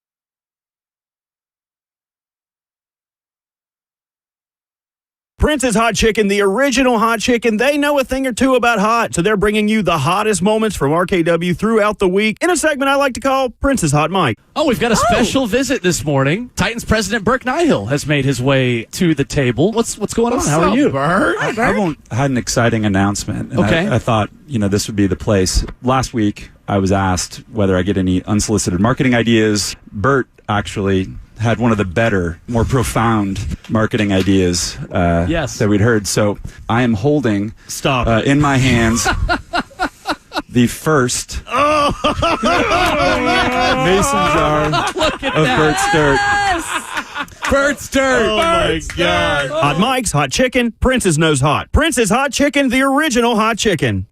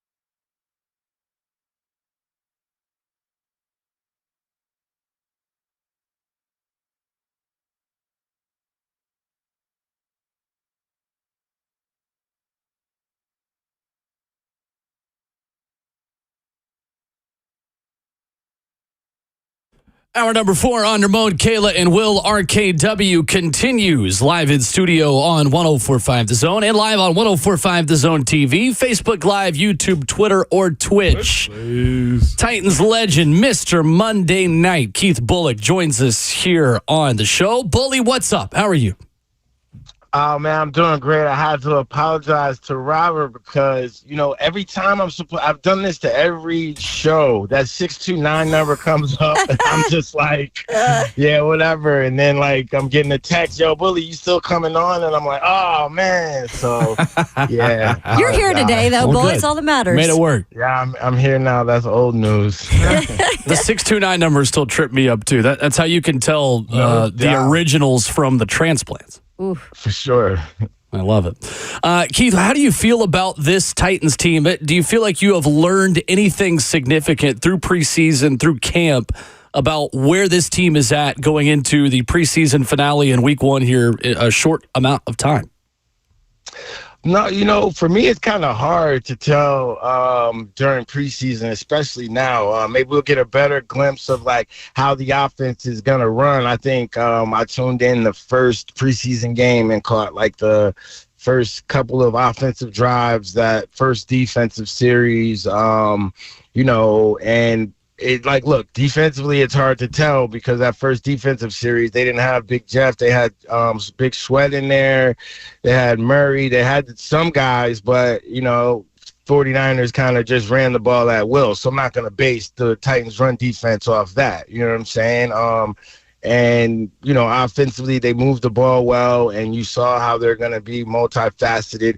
At the same time, I've always believed, football is about matchups, and the offense wins the more mismatches they can create. And I think that, with having Pollard as well as Spears in the backfield to be pass catchers and or runners, along with the, wide receiver sets that you can run, I think defenses are going to have, their work cut out for them. Keith Bullock with us. Keith, when you look at the inside linebacker position, I had the opinion earlier this morning that that's just a hard position to evaluate when you can't tackle somebody. But Kenneth Murray, with that being said, has looked confident, has looked fast, and has looked better than I think a lot of us expected through his first training camp here with the Titans. When you watch linebackers practice, specifically in training camp, the way the NFL is now, what are you looking for, and what have you seen from that group? Yeah, no, that's a great question, Will. I really watched, in drills, the decisiveness. Obviously I don't know the defense that they're playing, but I can kind of figure it out based upon a mistake, really, and or a lack of indecisiveness. I say that because I spent a lot of time around college camps this camp season, and you can see a lot of indecisiveness, a lot of not knowing what to do, a lot of second guessing. And then I was actually at Titans camp last week, and you see the crisp decisive plays. If you make a mistake, you're going to make it full speed, so only a trained eye would really know it. So I'm looking for the linebackers from the Titans inside, to be playmakers. Who's going to be the playmaker? Kevin Byard isn't here, from the back end. We hope, they brought in a bunch of guys, with Diggs and Adams to complement Armani. So I think that's good in the back end. But, I feel like David Long Jr. did a really good job. Your man, Alshire did a good job last year as well, but I think we need to figure out who's going to be the playmaker. Just multiple tackles, that's good. That means you get to the ball and you're getting the ball carrier down. But those splash plays that I feel Kevin Byard was able to make, every so often that were needed to allow the Titans defense to be good.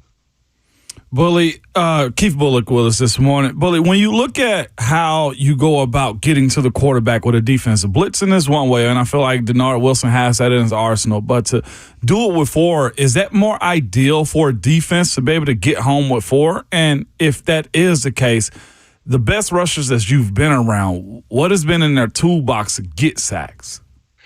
Man, the only way we did it here was with 4 when I played. And, we had some of the highest sack numbers with Coach Washburn and some of his defensive lines. And I really remember asking Jim Schwartz, why don't you blitz me more? Because in my defense, I played right outside linebacker and or middle and nickel, the guy with the red gloves. That's what Peyton Manning told me a couple weeks ago at Dwight Freeney's Hall of Fame. He's like, Bullock, it wasn't hard to miss you with them damn red gloves. You're giving yourself away. It's like, and another quarterback actually too. I think Matt Hasselbeck told me that as well, but whatever.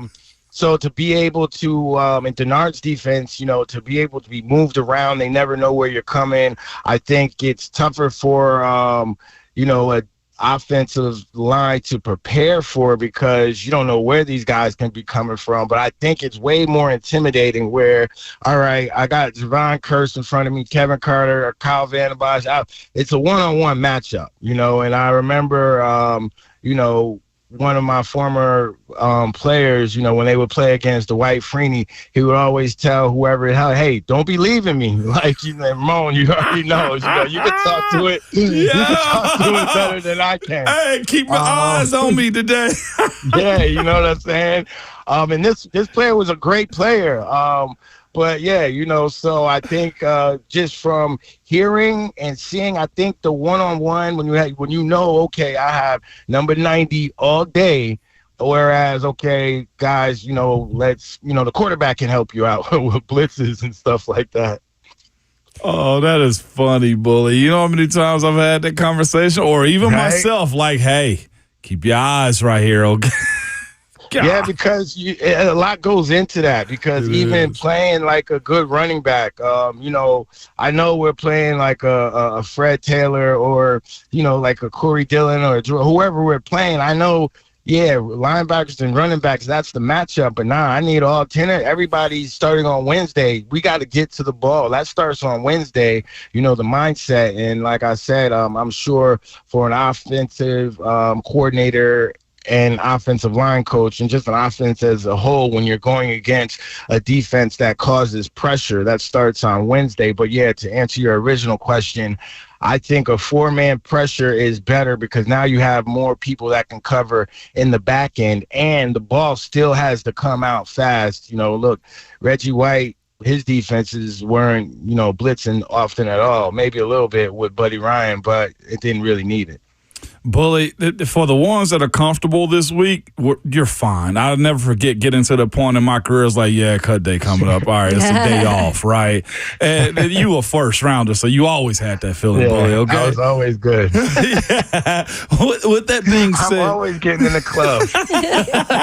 With those red gloves, yes. I did, but I had a little bit more anxiety than you. I feel you. I feel you. With that being said, though, man, it's exciting because, the checks are about to kick in, but it sucks too because some dude's not gonna play ever again, and we can say that. What was your advice to those dudes going into that last game, that 4th game that you used to have to watch?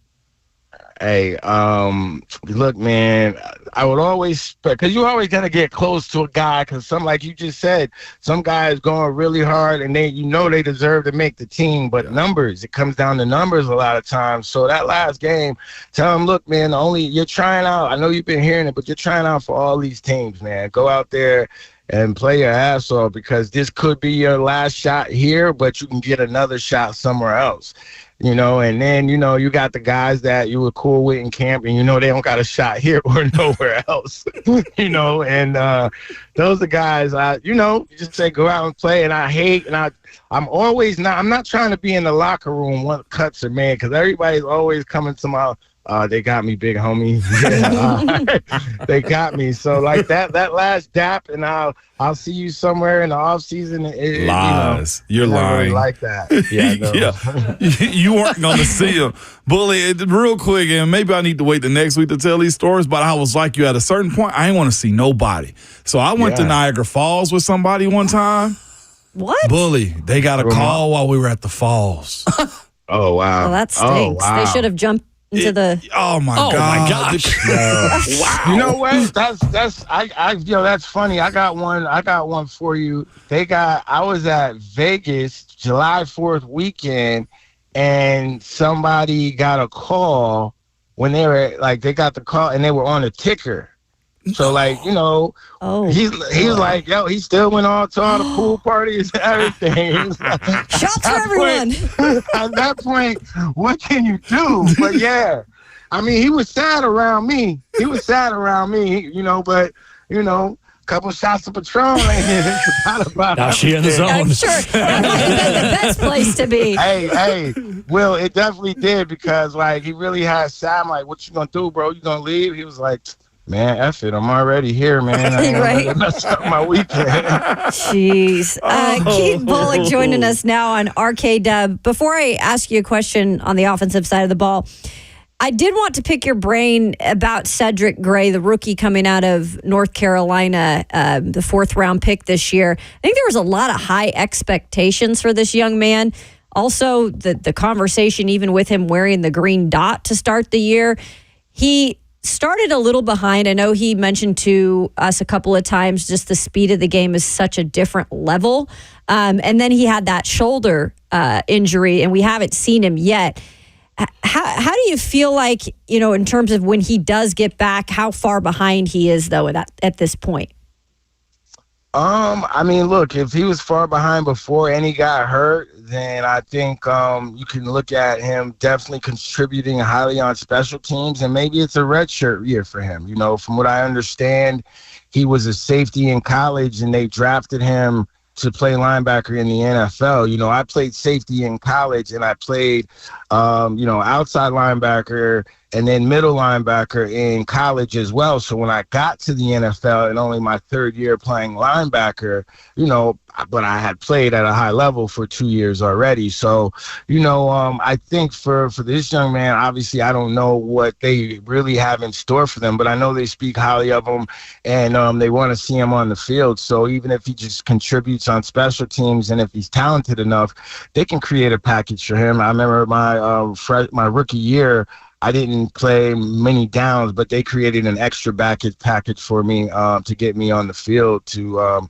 allow me to obviously get some experience and, just kind of see what I could do. But I think he'll probably, make his mark on special teams this year. When it comes to Will Levis, and I know, you've seen bits and pieces during camp, it's hard right now, I think, for people to piece together whether or not he's improved. We've seen certain things with, him working on the short intermediate passes. Brian Callahan came on our show yesterday, said he's loved, just the improvement of the footwork. But what do you take overall to this point of the confidence in Will Levis coming into year 2? Yeah, look, I know a lot of people have said this to Will, and I'm just going to start off like this. Will need to get his ass down because he's going to get hurt. You know what I'm saying? You shouldn't be taking shots like that in the preseason because I'm going to tell you like this. Chicago Bears are watching Will Levis tape, and somebody on that defensive ball is trying to take him out for the season. Somebody in that room is like, yeah, nah, however they're phrasing it, but you know what I'm saying? So he needs to play smarter. But besides that, I like Will, having met him, spoken to him, just about life and stuff. He's a real person. So real people, can usually, take constructive criticism. They can, right their wrongs, and he wants to get better, He's not bigger than, the moment from what I've seen. And I think that with Coach Callahan, who has worked with young talent, and what a lot of people have to understand, Will is a little incubated. He has a lot of veteran skill positions around him. So when everyone's Will Levis, all he got to do is dump the ball, get the ball where it needs to get. The O-line needs to hold up for a little bit because it's probably going to come out fast. Yeah. That being said, I just think that Will needs to stay poised and continue to do what he's been doing. Learn from his mistakes. He has DeAndre Hopkins. He has, Calvin Ridley, He has Boyd from, so he has a lot of pass catchers who's played a lot of football and had some success in this league for only a second-year quarterback. I mean, he's sitting on something, as we would say. Mhm. So I think that he needs to utilize what he has, realize what he has, and don't put all the pressure on himself, almost like Tom Brady before he got Randy Moss. You know what I'm saying? Hopefully the defense can step up, but there's going to be a complete team effort. And, just to touch on defense, the defense is going to have to hold because the offense is going to score points. They're built to score points. Keith, how much does the availability of Chidobe Awuzie or L'Jarius Sneed really concern you? The amount of time and amount of football that those guys have played at this point in their careers, haven't been out there a lot in practice. Does that really move the needle for you? I will. I'm old school, so for me, this is entirely new. And look, they wouldn't have paid them if they. So all I could do is get my popcorn ready because these guys got to be show stoppers. I mean, to not practice all training camp. I mean, Pac-Man went through that. That's because he had some other situations going on. But I personally, I don't know. I wouldn't be able to go out there and perform without getting some work. I thought I was cold, but I didn't think I was that cold that I could just step on the field and be him, without any work. I'm looking forward to seeing it. But I've heard that, though. I've definitely heard that from people outside of, Tennessee, that Snead is definitely that dude. And Awuzie, obviously all he has to do is hold up because if Snead's that dude, all he has to do is make plays when they come to his side. Because I remember when we had Samari Roll and Andre Dyson, and Samari's locking everything down on his side, and they got to go to Andre, and then Andre was opportunistic and getting interceptions and things of that nature. So that's how that combo should work. So I'm really looking forward to see how that solidifies the defense a little more, and that's why I said about the playmakers from the linebacker position and the secondary position, because if you're shutting stuff down on the outside, that means they're going to have to come across the middle, and that's where, as linebackers and safeties, you can get your hands on footballs. What I'm hearing is that they got to be careful putting on the red gloves the first time they come out there if they haven't been practicing. I mean, we can't have bench players talking like starters, and we can't have, backups wearing the red gloves. Keith, you've set a legacy of red glove wearing Titans players. Hey, I mean, once upon a time, it was you could not be a bench player wearing red gloves. You had to have made some plays in the NFL. Now, bench players, rookies, you're not going to make the team. They probably got guys that took some red gloves home on cut day. You ain't nothing, Bullet. All I know is the other day, Mason Kinsey had red gloves on and was calling a Seahawks defender barbecue chicken after he got a red zone one-on-one touchdown against him. Hey, man, look, all I know is there are guys that are playing Division III football thinking they're Division I players and about to get the bag. So we all got to have confidence somewhere. Everybody got an NIL. That's right. Yeah. The coffee's hitting this morning. I know. Bully, I don't care if it's eighth or roast or just love. It is hitting. I'm on that just love. Yeah, just love. We're on that. I love it. Keith Bullock with us. Yeah. Bully, we appreciate the time, sir. Thank you. Thanks for having me. All right, there he Bully. is, Keith Bullock from the 629 number.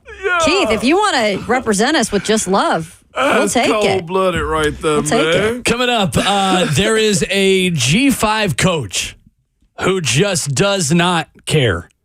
And on a Thursday afternoon, the head coach at Miami of Ohio was acting like it was a Friday, and a shot that he took at Alabama. Some incredible audio we'll play for you next.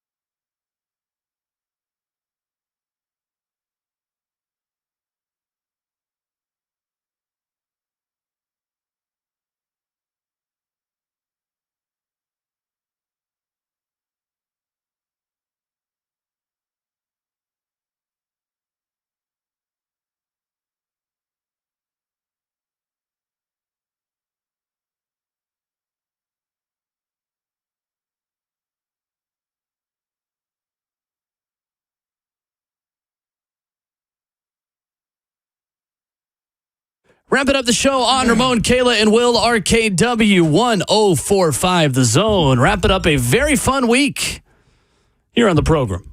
Check the podcast if you missed our conversations this morning with Keith Bullock, with Brent Hubs, or as well with Zach Lyons, our new teammate. You will hear him on the Buck Rising Show coming up next as well. All right, did you guys hear the Miami of Ohio head coach just eviscerate Alabama football this week? Give it to us. All right, so this is Chuck Martin, the head coach of the Red Hawks, doing an interview mid-practice. His kicker transferred to Alabama, and Chuck Martin had this to say about that. All right, special teams, lost your kicker. Carter McLaughlin.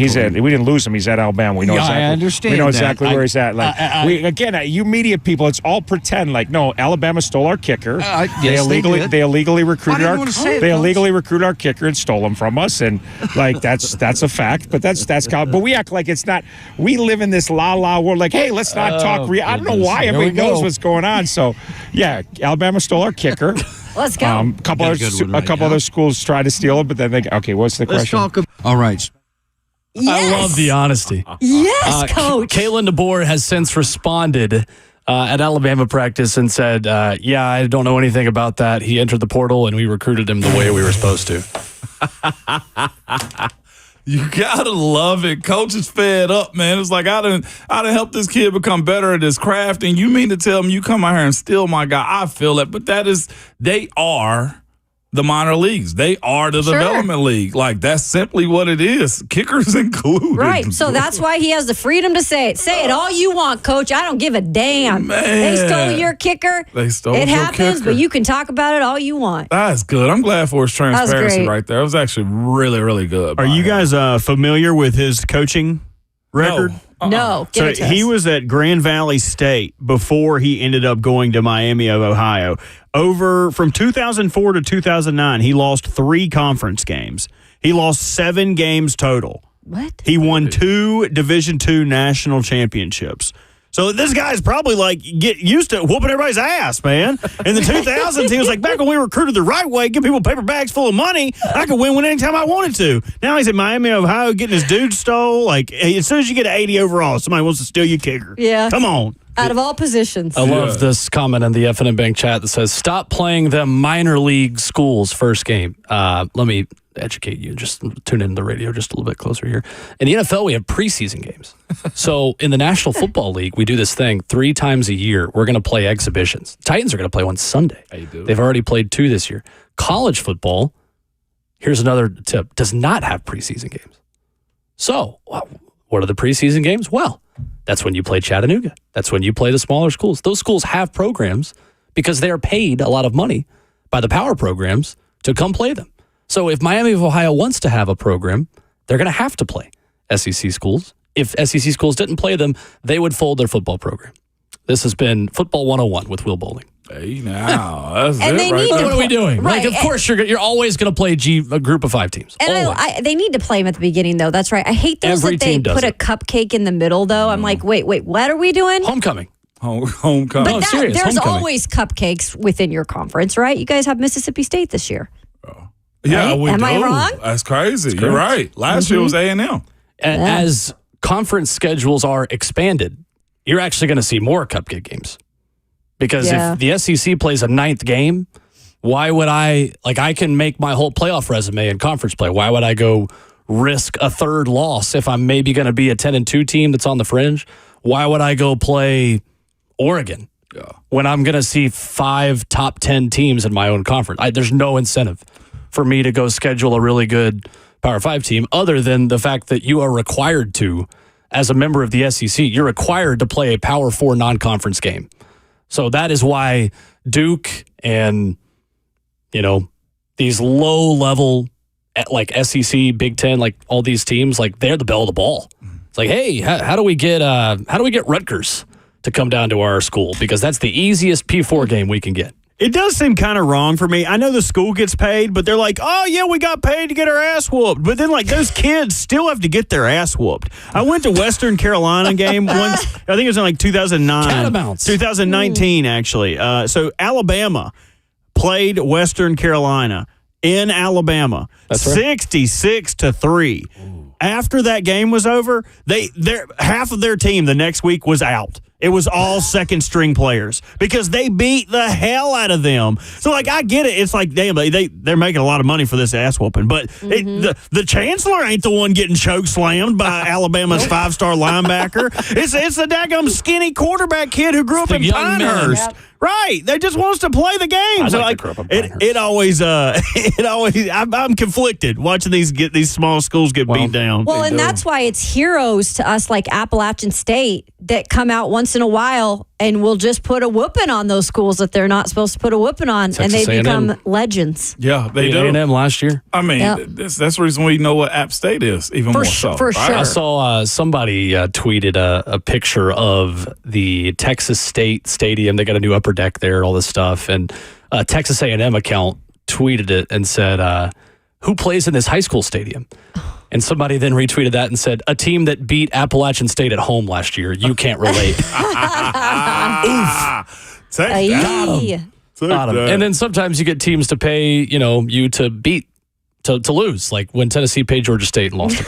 The famous meme, tell them bring me my money. East Carolina paid North Carolina A&T $1 million to come to Greenville, North Carolina, and whoop up on the Pirates. Yep. Comment in the chat says SEC versus Big Ten Challenge start the season. There already is an SEC Big Ten Challenge. You know what that's called? The College Football Playoff. Yeah, well, we got SEC. That's the SEC Big Ten Challenge. And we've got plenty of SEC teams playing Big Ten teams to start the year. Those will be the only ones left of the final 8. So you'll get your SEC Big Ten Challenge then. We'll get the fix. Fun week. It was. Titans are going to finish the preseason on Sunday. We will have Titans and Saints takeaways. We will have a 53-man roster to predict on Monday morning, and it will be a college football game week for your Tennessee football Volunteers. Let's go. Thanks to the Titans for having us out at training camp. This was really fun. Enjoyed it. Ramon said so. I know how we do on Fridays, man. Call somebody you ain't talked to in a while. Buy somebody a random drink. Have a random conversation. Hug somebody. Apologize. But at all times, make it back to us on Monday. And your Twitter fingers and your mic is always hot.